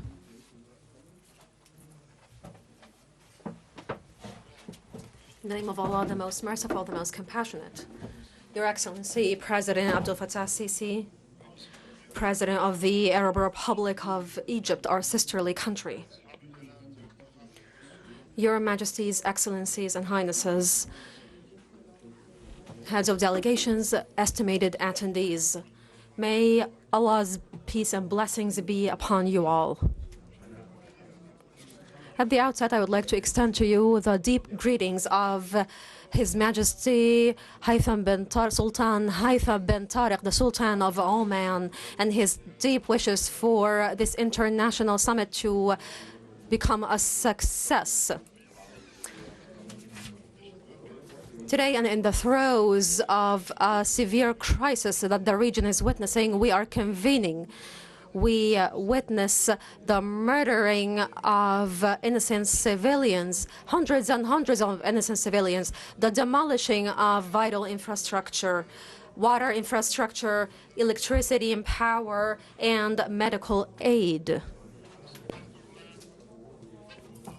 The Sultanate of Oman rejects and deplores wholeheartedly this military escalation on Palestine, and we call on the international community to terminate this war and to go back to the path of wisdom and safety in order for us to achieve comprehensive peace and security in light of the international law.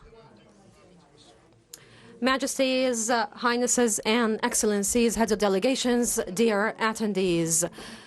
His Majesty Sultan Haytham bin Tariq, the Sultan of Oman, and his government, they affirm their support to international efforts aiming to stop bloodshed instantly and to ensure the delivery of humanitarian relief and urgent medical aid and food for the victims in the Gaza Strip, and the restoration of the water and power services in the Strip. And His Majesty affirms and calls on international officials to work diligently in order to instantly stop ceasefire and to find a resolve for this cause. In fact, we call for the international law and the international humanitarian law to be put into effect. And we call on the United Nations to carry out its responsibilities in order to stop the waves of violence and torture in the West Bank and in the Gaza Strip. Since we can't actually think that peace and security are going to be prevailing in the region without the Palestinian people receiving their right in establishing a sovereign, independent state in consistency with the 1967 borders and in consistency with the Security Council resolutions and the General Assembly provisions of the United Nations. And in the end, I would like to reiterate and extend our deep gratitude to our sisterly country, Egypt, for convening this very important summit. And we thank you for your warm hospitality. Of course, justice is a legitimate right for all humanity, and we affirm that as the Sultanate of Oman. And may God's peace and blessings be upon you, ladies and gentlemen. Thank you, Your Highness, Mr. Shihab, Your Excellency, Mr. Shihab bin Sayed, the Deputy Minister. And now I call on Mr. Ahmed Abul Ghait, the Secretary General of the League of Arab States. Your Excellency President Abdel Fattah Sisi, this conference convenes in the throes of great escalation of the Israeli war waged on the Gaza Strip. And because of the gravity of the humanitarian crisis in Gaza, I would like to say that the international community needs to work on two pathways in parallel. First, the instant ceasefire and putting a limit to the atrocious bombing of the civilians of the Gaza Strip. And number two, opening a safe corridor in order to deliver humanitarian relief aid for the population in the Gaza Strip while securing the supplies of food, water, and power to the population of the Gaza Strip. This is our pivotal priority. However, the continuation of the status quo actually gets into the framework of a blatant violation of the international humanitarian law practiced by the end of Israel, which is the force of occupation. And I would like to reiterate and say and affirm that the League of Arab States condemns and denounces and rejects altogether the attack on innocent civilians, and that civilians are all alike and are all equal, and all human souls have or are sacred. And I would like to denounce that there are certain acts that are called by some international community forces as barbaric, and others are actually called a sophisticated means of self-defense. We condemn and deplore that altogether. I would like as well to call on all the parties that are not involved in the conflict directly to bear the responsibility and to practice self-control and to not open the door for any practice that could aggravate the conflict even further. In fact, I call on these parties to avert a regional war that could break out in the region by practicing wisdom. And all forces, main international forces, need to agree right away on a comprehensive political resolve that ensures that the Palestinian people are granted a sovereign, independent state in order for the Palestinian people to live in peace and security, just like all their counterparts in the world. This resolve, this settlement alone is the mechanism that is going to help the upcoming generations in Palestine to avoid more and more wages and atrocities of war. Thank you, Mr. Ahmed Abul Ghait, for your address. And I now call on the head of the African Union to proceed with his address. فخامة السيد عبد الفتاح السيسي رئيس جمهورية مصر العربية أصحاب الجلالة والسمو والفخامة رؤساء Your Excellency, President of Egypt, representatives of governments and states, representatives of international organizations, dear ministries, ladies and gentlemen. I would like to extend my deepest thanks and gratitude to His Excellency President Abdel Fattah Sisi for convening this urgent meeting that is of pivotal importance. And I would like to thank him wholeheartedly, and as well the Egyptian people and government for their warm hospitality and their grand reception, specifically in the midst of the opening of this summit. Majesties, Highnesses, and Excellencies, allow me to actually trespass some of the protocol rules.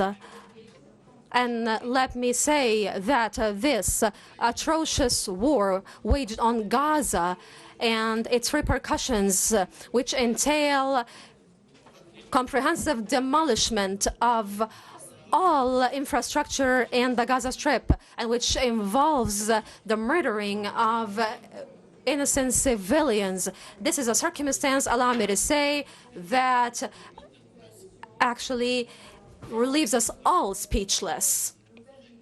There is nothing that we can do other than embodying and practicing the best response. We have called for an instant ceasefire at the African Union. We have called for the delivery of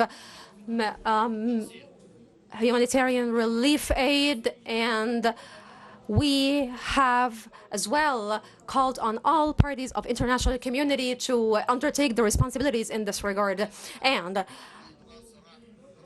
we would like to call for the instant release of hostages, specifically those hostages that are women and children. And we appraise the efforts of Qatar in this regard, and we hope that their efforts are culminated with success in terms of releasing hostages. However, with regards to the roots of the conflict, allow me to say, frankly, that we call for the establishment of an open international front that aims to stop all sorts of violence practiced against civilians, and based on fixed principles and international instruments, we affirm that the current war and the tight international crisis which is unfolding in the entire region is a crisis that we need to come out of with an effective resolution that ensures that there is a coexistence of two states coexisting together in peace, a state of Israel and a state of Palestine, two states that have shared benefits and have shared interests that ensure the well-being of their peoples and the peoples of the region. We perceive that any other approach will hinder any attempt for achieving peace in the region. This region that is highly sensitive. And in this context, we would like to express that the African Union is more than ready to support all of your efforts in order to create the international leap required. We would like to express that the values of equality and justice and international peace and the reference of humanitarian morality and ethics excerpted from all religions and traditions actually requires us all to take a quantum leap in order to get out of this crisis. Thank you so much, ladies and gentlemen. Thank you, Mr. Moussa Faqih, and thank you for the African Union for their address. And I would like to call now on His Excellency Mr. Faisal bin Farhan, the Saudi Foreign Minister. In the name of Allah, the most merciful, the most compassionate. Your Majesties, Excellencies, all the presidents attending and kings, may the peace and blessings and mercy of Allah be upon you. First, I would like to extend thanks to His Excellency President Abdel Fattah al-Sisi, President of the Arab Republic of Egypt, and the Egyptian government for their responsibility towards what we're witnessing right now in Gaza Strip. And I deliver the greetings of custodian of the two holy mosques, King Salman and his Crown Prince, Prince Mohammed bin Salman, and we wish you all the success for the activities of this conference, of the summit. The tragic incidents that are currently happening in Palestine require us to put an immediate halt to what's happening there in Palestine and to provide civilian protection for them and to release all the hostages captivated there according to international law and to find a peaceful solution to this crisis so that the region might come out of the vicious circle of constant violence and to have peaceful, sustainable peace and stability. We affirm our refusal to the violations of international human law from any party and under any pretext, and we deplore any targeting for civilians, whoever they are, and call upon the international community to take a firm stance to commit Israel to respect human rights, and we refuse the double standards practiced by some in the international community. And here we can't say enough. There must be an action. We call upon the international community to stress on the Israeli side to lift their siege and halt their military operations that have led to the killing of many innocent victims and have severe repercussions on international and regional peace and stability. And we refuse all the attempts to forced displacement on Palestinians. And here we express our deep concern about the international community and how they are unable to take a stance toward this crisis. Your Majesties, Highnesses, Excellencies, we also call for the immediate open of all safe corridors and the evacuation of all the injured and the delivery of all humanitarian aid and medical aid to alleviate the suffering of the Palestinians. And we reaffirm that the Saudi Kingdom is resorting to the option of peace and to help the Palestinians establish their independent sovereign state on Palestinian lands based on June 4th, 1967 borders with East Jerusalem as its capital according to international laws. Honorable attendees, the Kingdom was keen from the beginning to convene and to consult with our brothers and sisterly countries to move firmly and call upon the international community to find a solution to end this crisis and allows us to go out of this dark tunnel towards a brighter future for the Palestinian cause, and call upon the international community to seek a sustainable peace in the entire region for the prosperity of all. The Kingdom will keep its stances with all its partners, but the most important thing for us is the immediate halt for the military escalation to save people and to deliver aid for them and to work further for peace. And may the peace and blessings and mercy of Allah be upon you. Thank you, Your Highness Prince Faisal bin Farhan, Foreign Minister of Saudi Arabia, for his speech. And now I call upon Mr. Hakan Fidan, Foreign Minister of Turkey, to deliver his speech. May he proceed.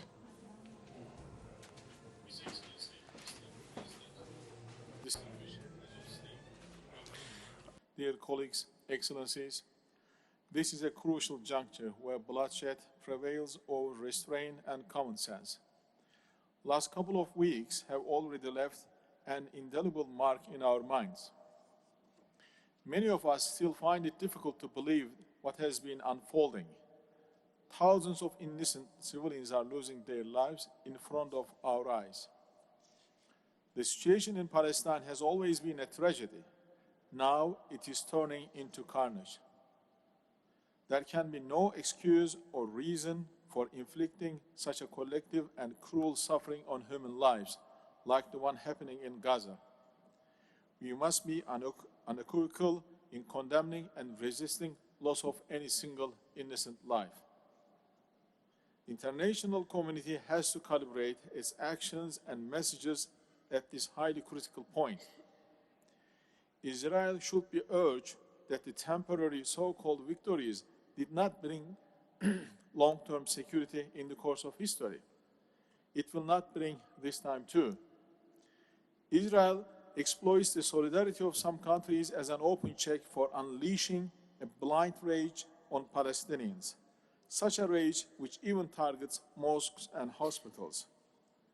On the other hand, I would like to remind that unconditional military aid to Israel or coercing regional countries to unrealistic and unsustainable plans serve nothing but deepening occupation.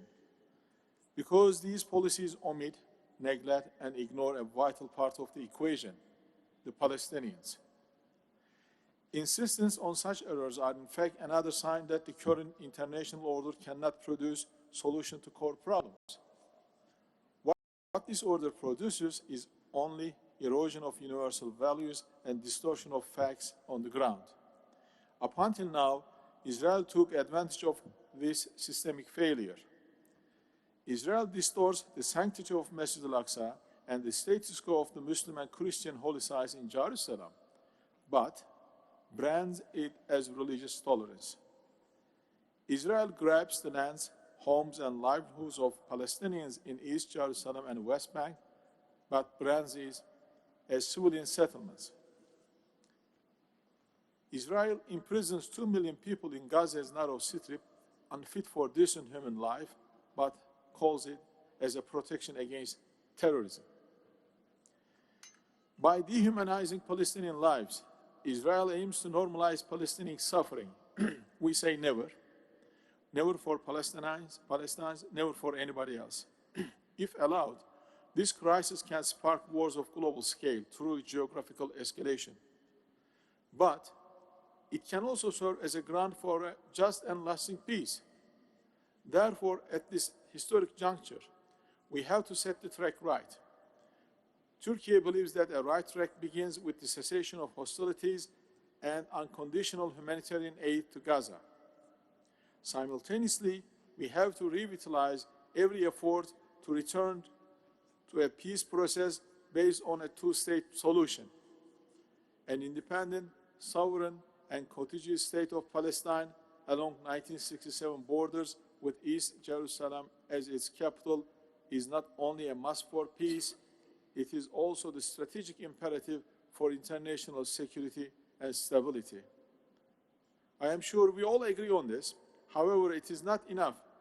We have to go beyond agreeing and start implementing this vision. Furthermore, there should be a guarantee mechanism for monitoring, verifying, when needed, enforcing obligations of the parties in a just peace. Turkey remains ready to further develop this concept and share the responsibility for creating a dignified, just, and secure future for all. Our heartfelt gratitude goes to Egypt for this much timely gathering. Thank you very much.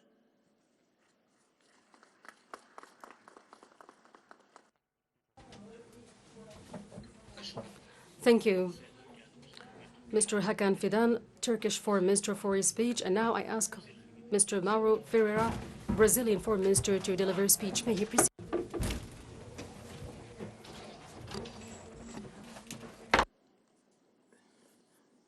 President Abdul Fattah al-Sisi, President of the Arab Republic of Egypt, Majesties, Highnesses, heads of states, government, ministers, and heads of delegations.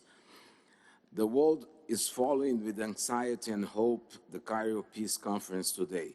I, therefore, congratulate the Egyptian government for its efforts in organizing the summit expeditiously.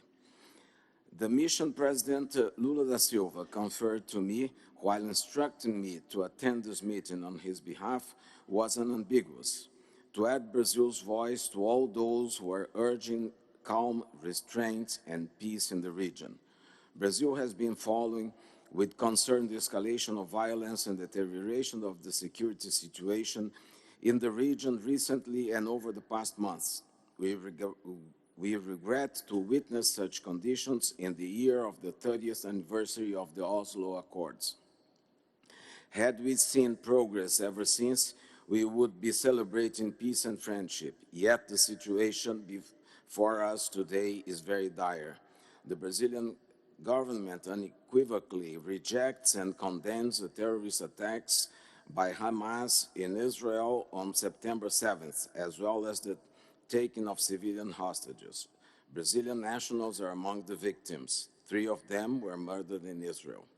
Like many other countries, Brazil also has citizens waiting to be evacuated from Gaza, while we watch with alarm the deteriorating humanitarian situation in the region, especially the shortage of medical supplies, food, water, electricity, and fuel. Israel, as the occupying power, has specific responsibilities under international humanitarian rights and humanitarian law. These must be complied with under any circumstance. Over the past decade, we have witnessed no winners in this protracted conflict.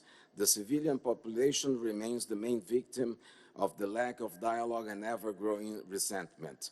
The stalemate in the peace process, the social and economic stagnation that has long prevailed in Gaza, the ongoing expansion of Israeli settlements in the occupied territories, the violence against civilians, the destruction of basic infrastructure, violations of the historic status quo of holy sites in Jerusalem. All these factors combine to generate a social and cultural environment that jeopardizes the two-state solution and engenders hatred, violence, and extremism. Excellencies, the ongoing tragic situation in the Gaza Strip is of paramount concern. Whereas there always will be those willing to add fuel to the fire, Brazil will urge for dialogue. The destruction of civilian infrastructure, including healthcare facilities, is unacceptable. We witnessed with dismay the bombing of Al Ali Arab Hospital, deeply regret and mourn the hundreds of civilian casualties, including patients, doctors, nurses, and other humanitarian workers. All parties must fully protect civilians and respect international law and international humanitarian law. The international community must exert maximum diplomatic effort in order to ensure the swift establishment of humanitarian corridors and pauses and immediate ceasefire. As stated by President Lula, the current crisis requires an urgent multilateral humanitarian action to end the suffering of civilians caught up in the midst of hostilities. As President of the United Nations Security Council for the month of October, Brazil has convened emergency sessions and fostered dialogue. Despite such efforts, the Security Council was regrettably unable to adopt a resolution on October 18th. Nevertheless, the many favorable votes the draft resolution received, 12 out of 15 votes, are evidence of wide political support for speedy action by the Council. We believe this view is shared by the international community at large. Let me be clear, there is a broad political call for the opening of urgently needed humanitarian pauses, the establishment of humanitarian corridors, and the protection of humanitarian personnel. We must find ways to unlock multilateral action. Brazil will spare no effort in this regard. On October 24th, I will chair the United Nations Security Council's quarterly open debate on the situation of the Middle East, including the question of Palestine. I would suggest that we continue this conversation there at the highest possible level in an attempt to keep searching for consensus for immediate action. The paralysis of the Security Council is having detrimental consequences for the security and lives of millions. This is not in the interest of the international community. We must also strive to avoid any possibility of regional spillover of the conflict. Further down the road, we must find ways to revitalize the peace process, to advance political negotiation towards a comprehensive, just and lasting peace in the Middle East. Simply managing the conflict is not an acceptable alternative. Only the resumption of effective negotiations can bring concrete results towards the implementation of the two-state solution in accordance with all relevant General Assembly and Security Council resolutions, with Israel and Palestine living in peace and security within agreed and internationally recognized borders. Brazil is ready and willing to support all efforts to this end. I thank you.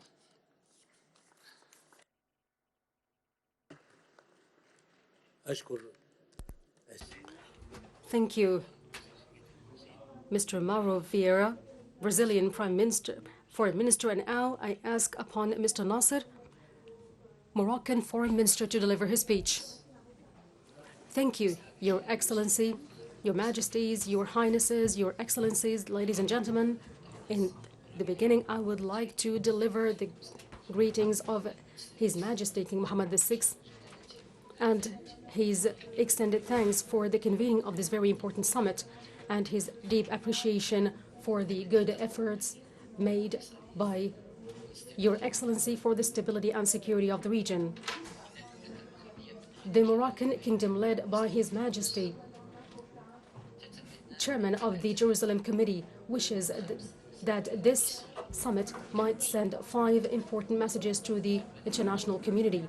First, an invitation to de-escalation and protect enough bloodshed and to stop criminal activities, and for the region to avoid further escalation which might undermine the efforts for peace and stability. Second, the dire need to protect civilians and not targeting them according to principles of international law and the Islamic international law and shared human values. Third, the necessity to allow the delivery of humanitarian aid easily, smoothly, and abundantly to the residents of Gaza Strip, because the humanitarian status there is unbearable. Fourth, the refusal of all ideas aiming at the displacement of Palestinians from the land and stabilizing the regional security of neighboring countries. Fifth, to launch a real peace operation aiming at the two-state solution, one Palestinian state based on the June 4th, 1967 borders, with East Jerusalem as its capital, living side by side with Israel. The Moroccan Kingdom, led by His Majesty, commits to peace, the option of peace, and to more progress and prosperity for the entire region, and today willing to coordinate and to cooperate with all the partners concerned to work towards halting the hostilities. Thank you, Mr. President. Thank you, Mr. Nasser Bourita, Foreign Minister of Morocco, for his speech, and I ask upon Ms. Catherine Colonna, the Foreign Minister of France, to deliver her speech. May she proceed?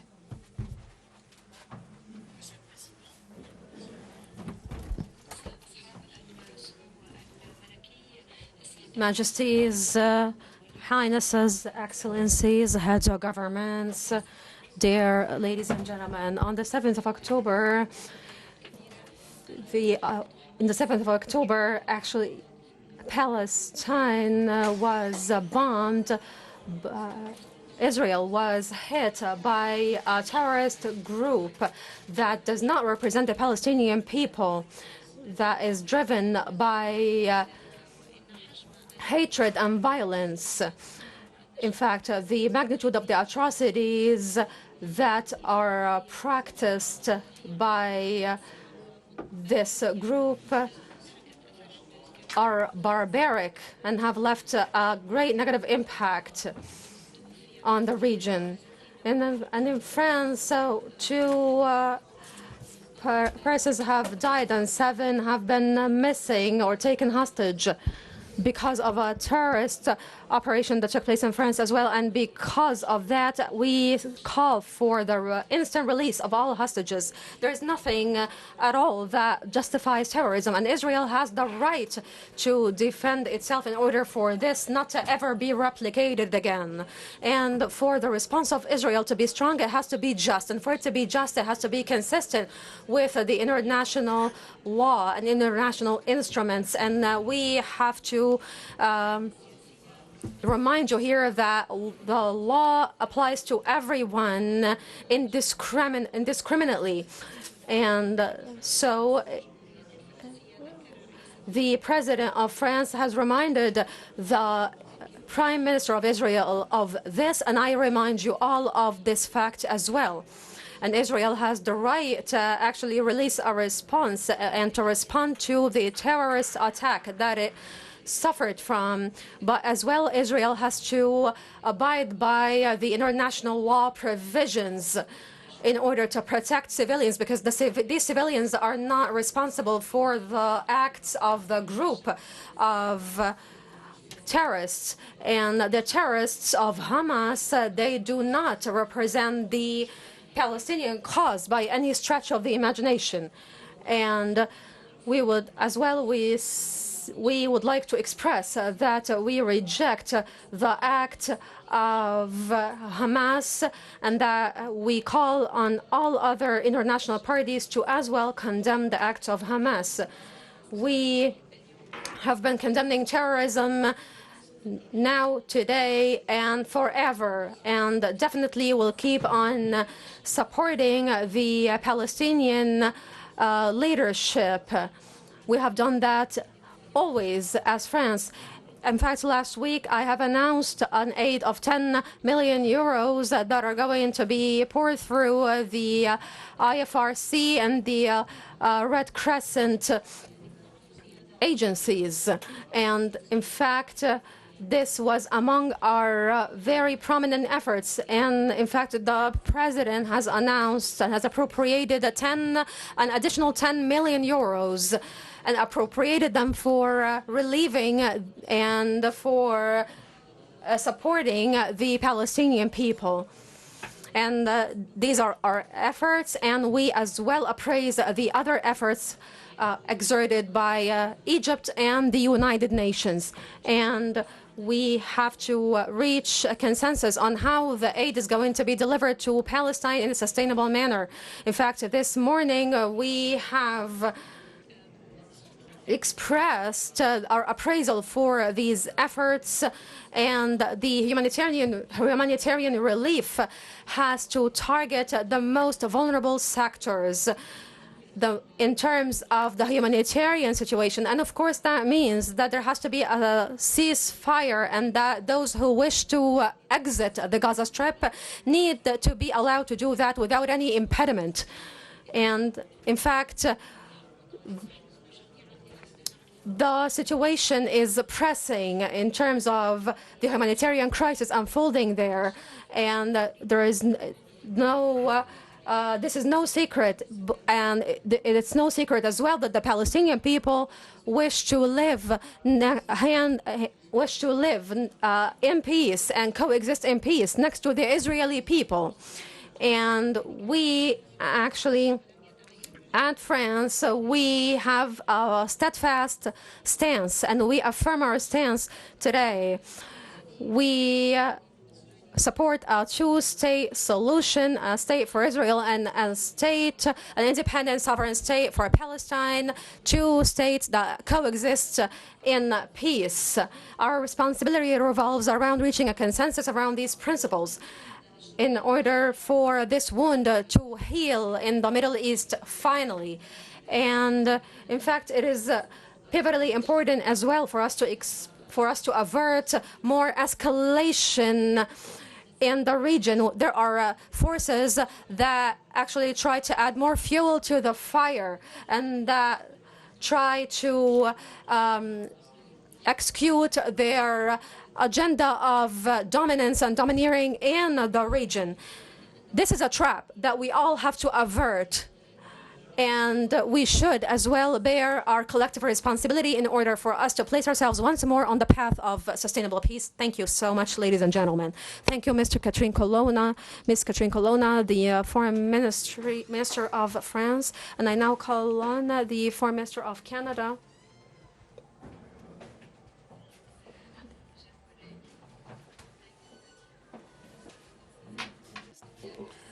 أشكرك السيد الرئيس عبد الفتاح السيسي اللي جمعنا معا في هذا الاجتماع. International development, let me begin by saying that Canada stands with you, and we appreciate Egypt's leadership in working to support peace for both Israelis and Palestinians. Like all of you, we're gravely concerned by the dire humanitarian situation in Gaza, which continues to deteriorate. We're encouraged by the news this morning about food, fuel, and water being able to enter Gaza, but we need to see more. Rapid and unimpeded humanitarian access must be facilitated to allow essential humanitarian relief for civilians in need. Last week, in response to the urgent needs stemming from the crisis in Israel, West Bank, and Gaza, Minister Hussein announced himself an initial $10 million in humanitarian assistance. And today, in the spirit of your initiative, President, Canada is announcing $50 million more to support humanitarian partners, including UN agencies in the region, in order for them to be able to provide urgent and life-saving support. Donc, au nom du Canada, aujourd'hui, nous annonçons 50 millions de plus en aide humanitaire pour soutenir différentes organisations, notamment des organisations des Nations Unies, pour aider la région. And none of this funding will go to Hamas.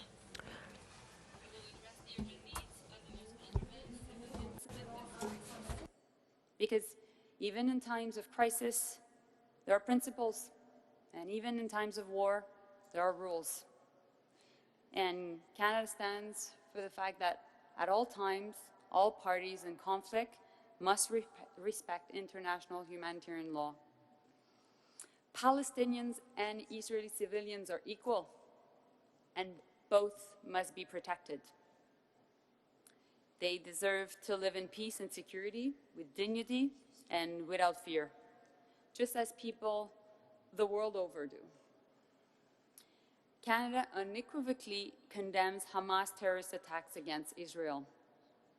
At this point, we mourn 6 deaths and waiting for 2 missing. Canada is clear. We support Israel's right to self-defense in accordance with international law. And we continue to demand that Hamas releases all hostages and that hostages be treated humanly as international law indicates. 400 Canadians in Gaza must be also able to come back home. Just as it is critical that we stand united in support of peace for both Israeli and Palestinians, it is also essential that this conflict does not escalate or spread to the region. And I know many of us have said this today. And in this respect, Iran's rhetoric in support of Hamas is deeply troubling. And we're gravely concerned by Iran's continued actions and the actions of its proxies to destabilize peace and security across the Middle East. In the fog of war, it is always hard to see the light on the horizon. But we need to see it. We should not be scared about talking about the next steps. Canada will always stand up for human rights. We'll always stand up for rights of civilians to be protected. And we'll always stand up to ensure that human dignity is upheld. Today, I'm reaffirming our commitment to Palestinians' right to self-determination, which includes a 2-state solution, where Israelis and Palestinians can live together in dignity, peace, security, side by side. More than ever, I'm committed to working with all of you to create the political horizon that is vital in achieving this vision. Nous ne devons jamais oublier la solution à 2 États.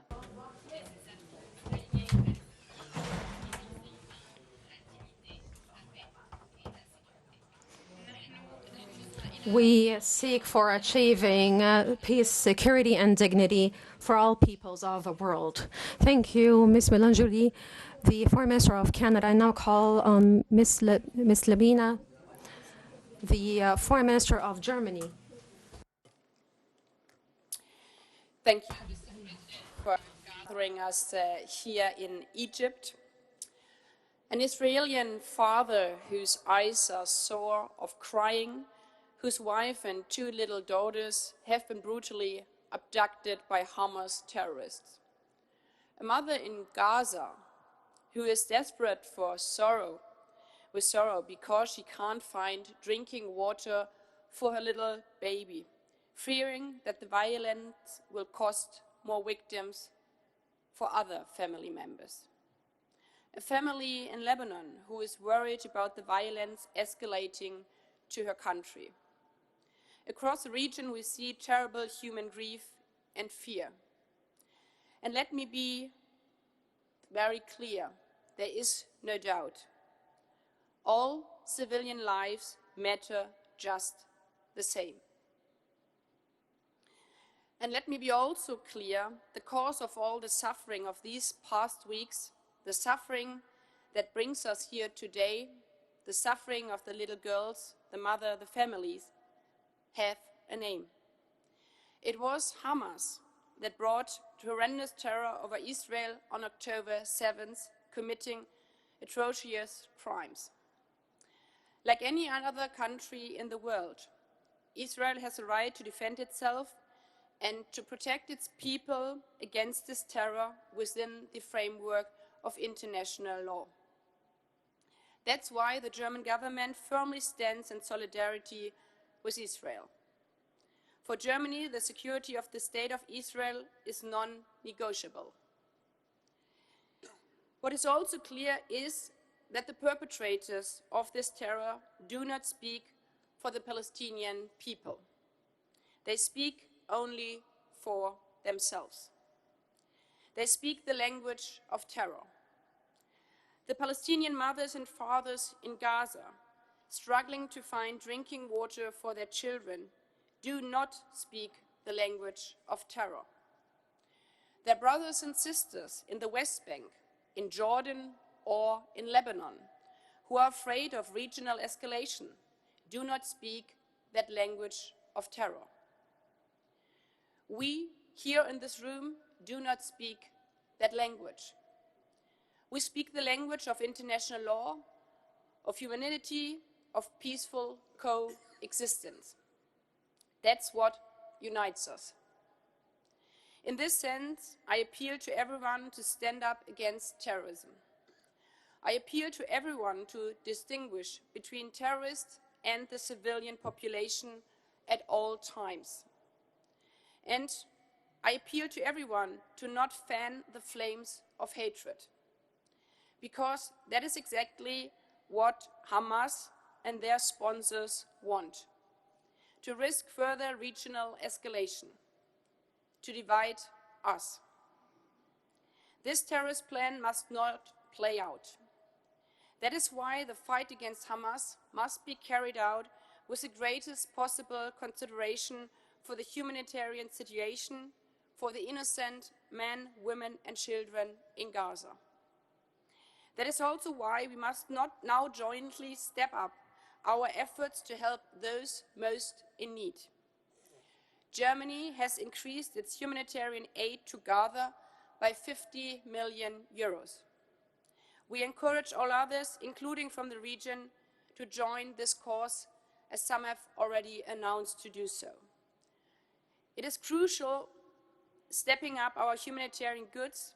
It is crucial that humanitarian goods can now go into Gaza via Rafah. And I would like to thank you, the Egyptian government and US partners, as well as the United Nations, for your efforts in this. But we know that more help will be needed to alleviate the suffering.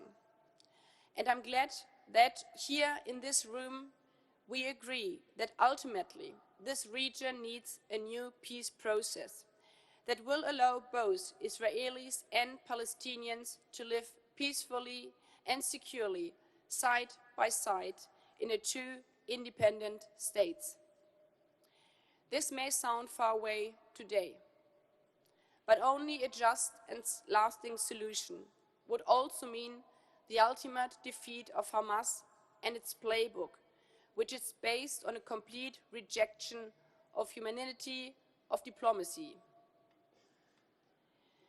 The abducted Israeli girls, the mothers in Gaza, the families in Lebanon, they need us now. They need us, the international community, to speak the language of humanity. Shukran.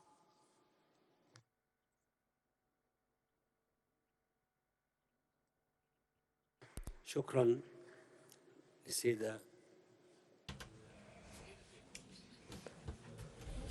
I now call on Mr. Espen Parth Idi, the Foreign Minister of Norway. Sir, you have the floor. Heads of State, Heads of Government, Excellencies, thank you so much to Egypt and President El-Sisi for convening us here and this crucially important moment. I think we're all here recognizing that we're in the midst of a very deep crisis. It's a crisis in Gaza, it's a crisis for Israel and Palestine, it's a crisis for the entire region, and it threatens to become a crisis for the entire world. That's why we are all here, that's why we care, that's why we need to be very clear. We have condemned the heinous attacks by Hamas on Israeli civilians. We condemned the announcement of a full blockade, a full siege of Gaza. We deplore the loss of life, innocent life, wherever it happens, and we're deeply worried by all the news we're receiving about the terrible humanitarian conditions inside Gaza right now. Save the Children informs us that a child is dying every quarter of an hour inside Gaza. This cannot go on. Water, electricity, food, medicine has been cut off. I am glad to see that 20 trucks came into Gaza this morning, and I would like to commend everybody who contributed to that, but it's a very, very, very small start. It's a very small start. We need much, much more. Humanitarian access has to be rapid, it has to be safe, it has to be unhindered, and it has to be regular in order to be helpful. We join the call, Norway joins the call for a humanitarian pause to facilitate that, and we remind everyone that pause or not, there is a constant obligation by warring parties to make sure that civilian populations are able to uphold bare necessities of life, even in the midst of war. Right now, the immediate need is to restore the access of water and electricity to Gaza. Last week, we announced the contribution of 70 million Norwegian kroner to humanitarian activities in Gaza, and I'm happy to announce today an additional 60 million Norwegian kroner will be dedicated to UNRWA for their indispensable work in Gaza. So we need to address the immediate humanitarian situation. However, that's not the solution. The solution has to be political, again. And I very much agree with what King Abdullah said at the beginning of this round of speeches, that we all know that at the end of the day, it's best for Palestinians, it's best for Israelis, it's best for everybody that we actually come to establish a two-state solution, one for Israelis, one for Palestinians. Norway's been committed to that for more than 30 years, and for 3 decades we have been chairing the donor committee, the HALC. We continue to do so, but I want to share with you that we often have felt that this has been very much a process that have been upholding a status quo, and people have been confusing a non-solution that was barely maintained for a real solution. That was wrong. We have also seen good signs of constructive rapprochement between some of the states in the region, some of the Arab states in the region, and Israel. But we need to remind everybody that there must be a space for the Palestinian population and the Palestinian institutions in those solutions. So I think that it's time now, as we move out of the rubble of this terrible crisis, as we have hopefully managed to deter a further escalation, we need to go back to the table, go back to address the key issues, the key parameters of a two-state solution.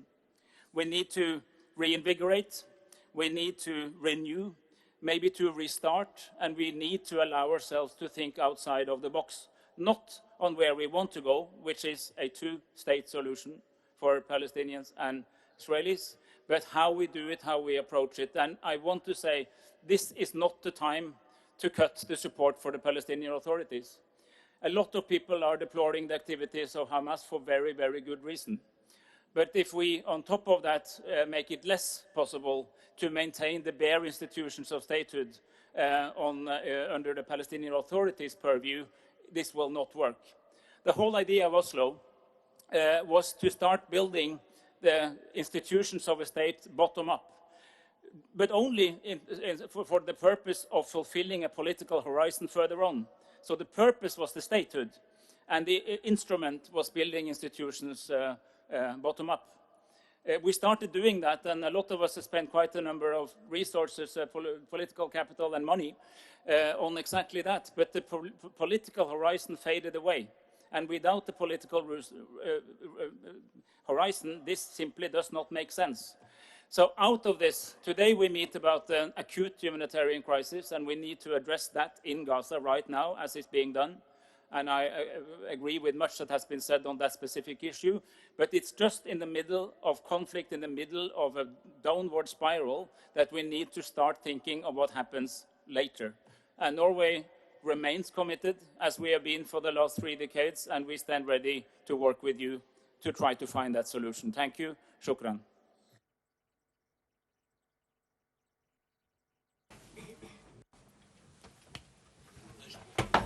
Thank you, Mr. Esben, Foreign Minister of Norway, for your address. And I now call on Ms. Oko Kamikawa, the Foreign Minister of Japan. As the situation surrounding Israel and Palestine is growing tense, it is indeed opportune to hold this conference. I'd like to pay our greatest tribute to President al-Sisi for his strong leadership. Japan once again unequivocally condemns the terror attacks committed by Hamas and others on October 7th. The international community should never tolerate such a heinous act. Japan's position on this issue is consistent. We put great importance to the following 3 points. Firstly, immediate release of hostages and securing safety of civilians. Secondly, all parties need to act in accordance with international law. And thirdly, calming down the situation as soon as possible. We need to redouble our diplomatic effort in order to prevent the instability from spilling over in the region and to calm down the situation as soon as possible. Japan has had close consultations with regional key players such as Palestine, Israel, Arab states, and Iran. On October 17th, I hosted the G7 Foreign Ministers teleconference as a chair of G7. Especially the most imminent challenge now is to minimize the deterioration of the humanitarian situation. More than 1 million innocent people in Gaza Strip are in an extremely dire condition. The supply of food, water, and electricity is about to run out. There are 2 things we need to work on now. Firstly, we need to deliver necessary assistance to the people in the Gaza Strip as early as possible. Secondly, it is imperative to realize evacuation of foreign citizens who still remain in the Gaza Strip. Those foreign citizens are all friends of Palestine. Also, Japan has already announced emergency humanitarian assistance worth $10 million in total for the people in the Gaza Strip. It is the first shot of assistance Japan is planning, and we will keep on considering assistance based on the needs on the ground in a timely manner. In this context, I would like to stress the importance of actual delivery of humanitarian goods to each person. To this end, Egypt plays a key role. I hear that trucks carrying humanitarian aid entered the Gaza Strip this morning for the first time since the beginning of the current situation. Japan welcomed this as a positive development towards improving the humanitarian situation on the ground and pay deep respect to those who have worked hard to make it happen. In close cooperation with Egypt, other countries and international organizations, we will make our utmost effort so that the humanitarian goods will be delivered as soon as possible. Now, I would like to touch upon the mid to long-term vision. As I mentioned earlier, the terror attacks by Hamas and others should be categorically denied. At the same time, it is also a sad reality that we hear voices of people in part of the world that praise such an act. It is a reminder of people's exasperation at the still bleak prospect of the Middle East peace process that has worked for the past 30 years.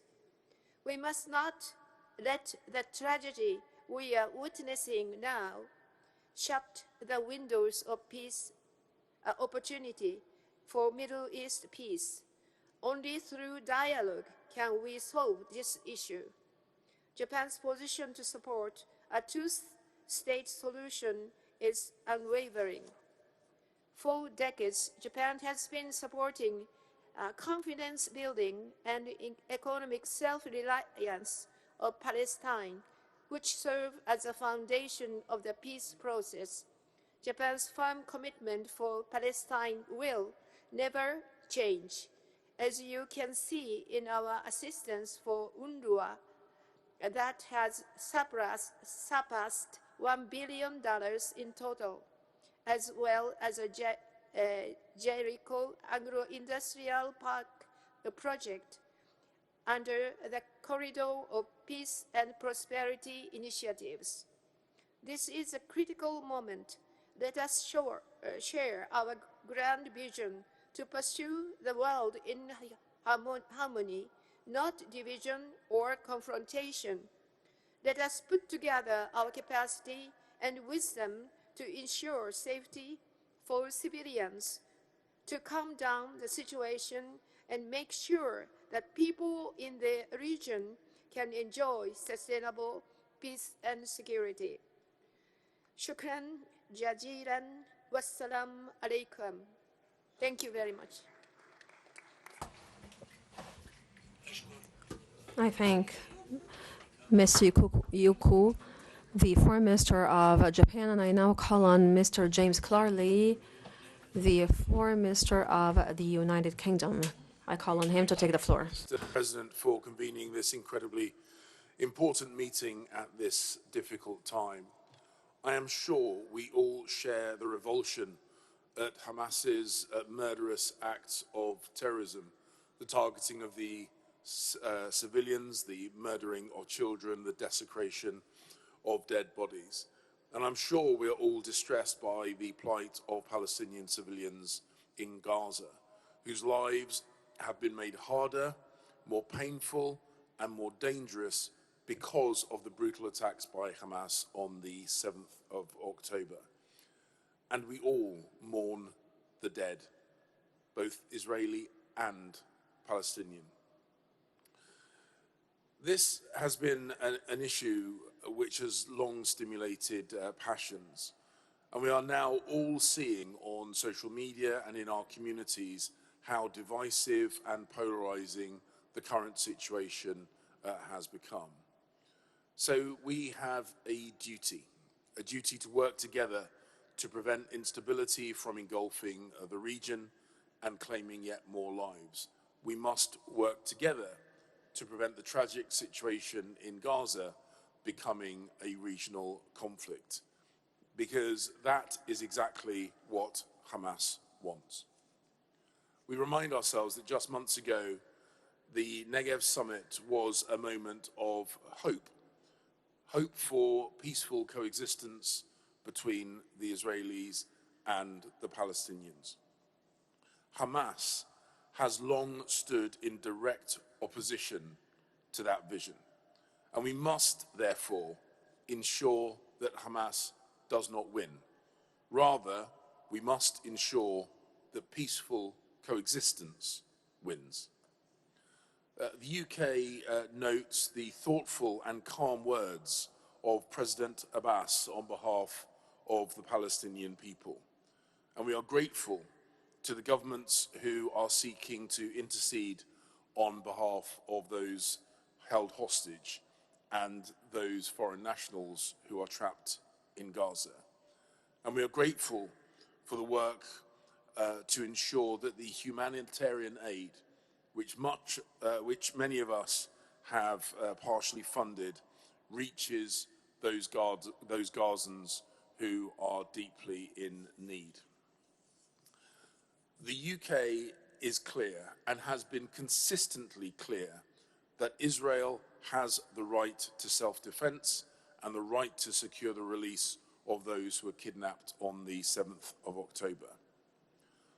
And we are also clear that we must work, and they must work, to alleviate the suffering of the Palestinian people in Gaza, and that their actions are in accordance with international law.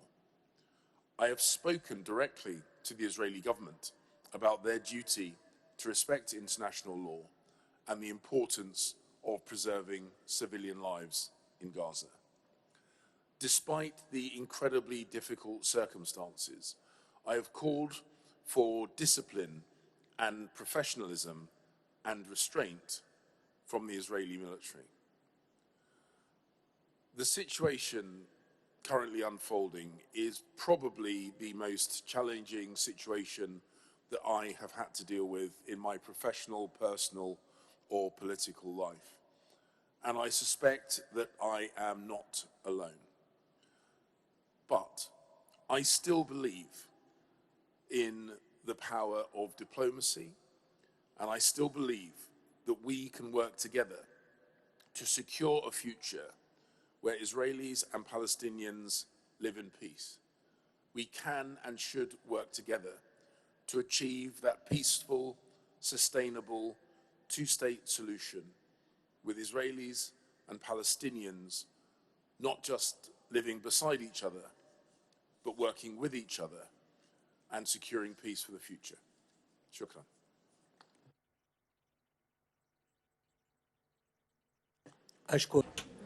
I thank Mr. James Curley, the Foreign Minister of the United Kingdom. And now allow me to thank Dear Majesties, Highnesses, and Excellencies, heads of states, heads of governments, heads of organizations and delegations for their addresses, which reflect deep recognition of the current crisis and their keenness on their containing the crisis, the repercussions of the crisis. And now allow me to announce the conclusion of the opening session, and we are going to resume our meeting in 30 minutes. Thank you, ladies and gentlemen.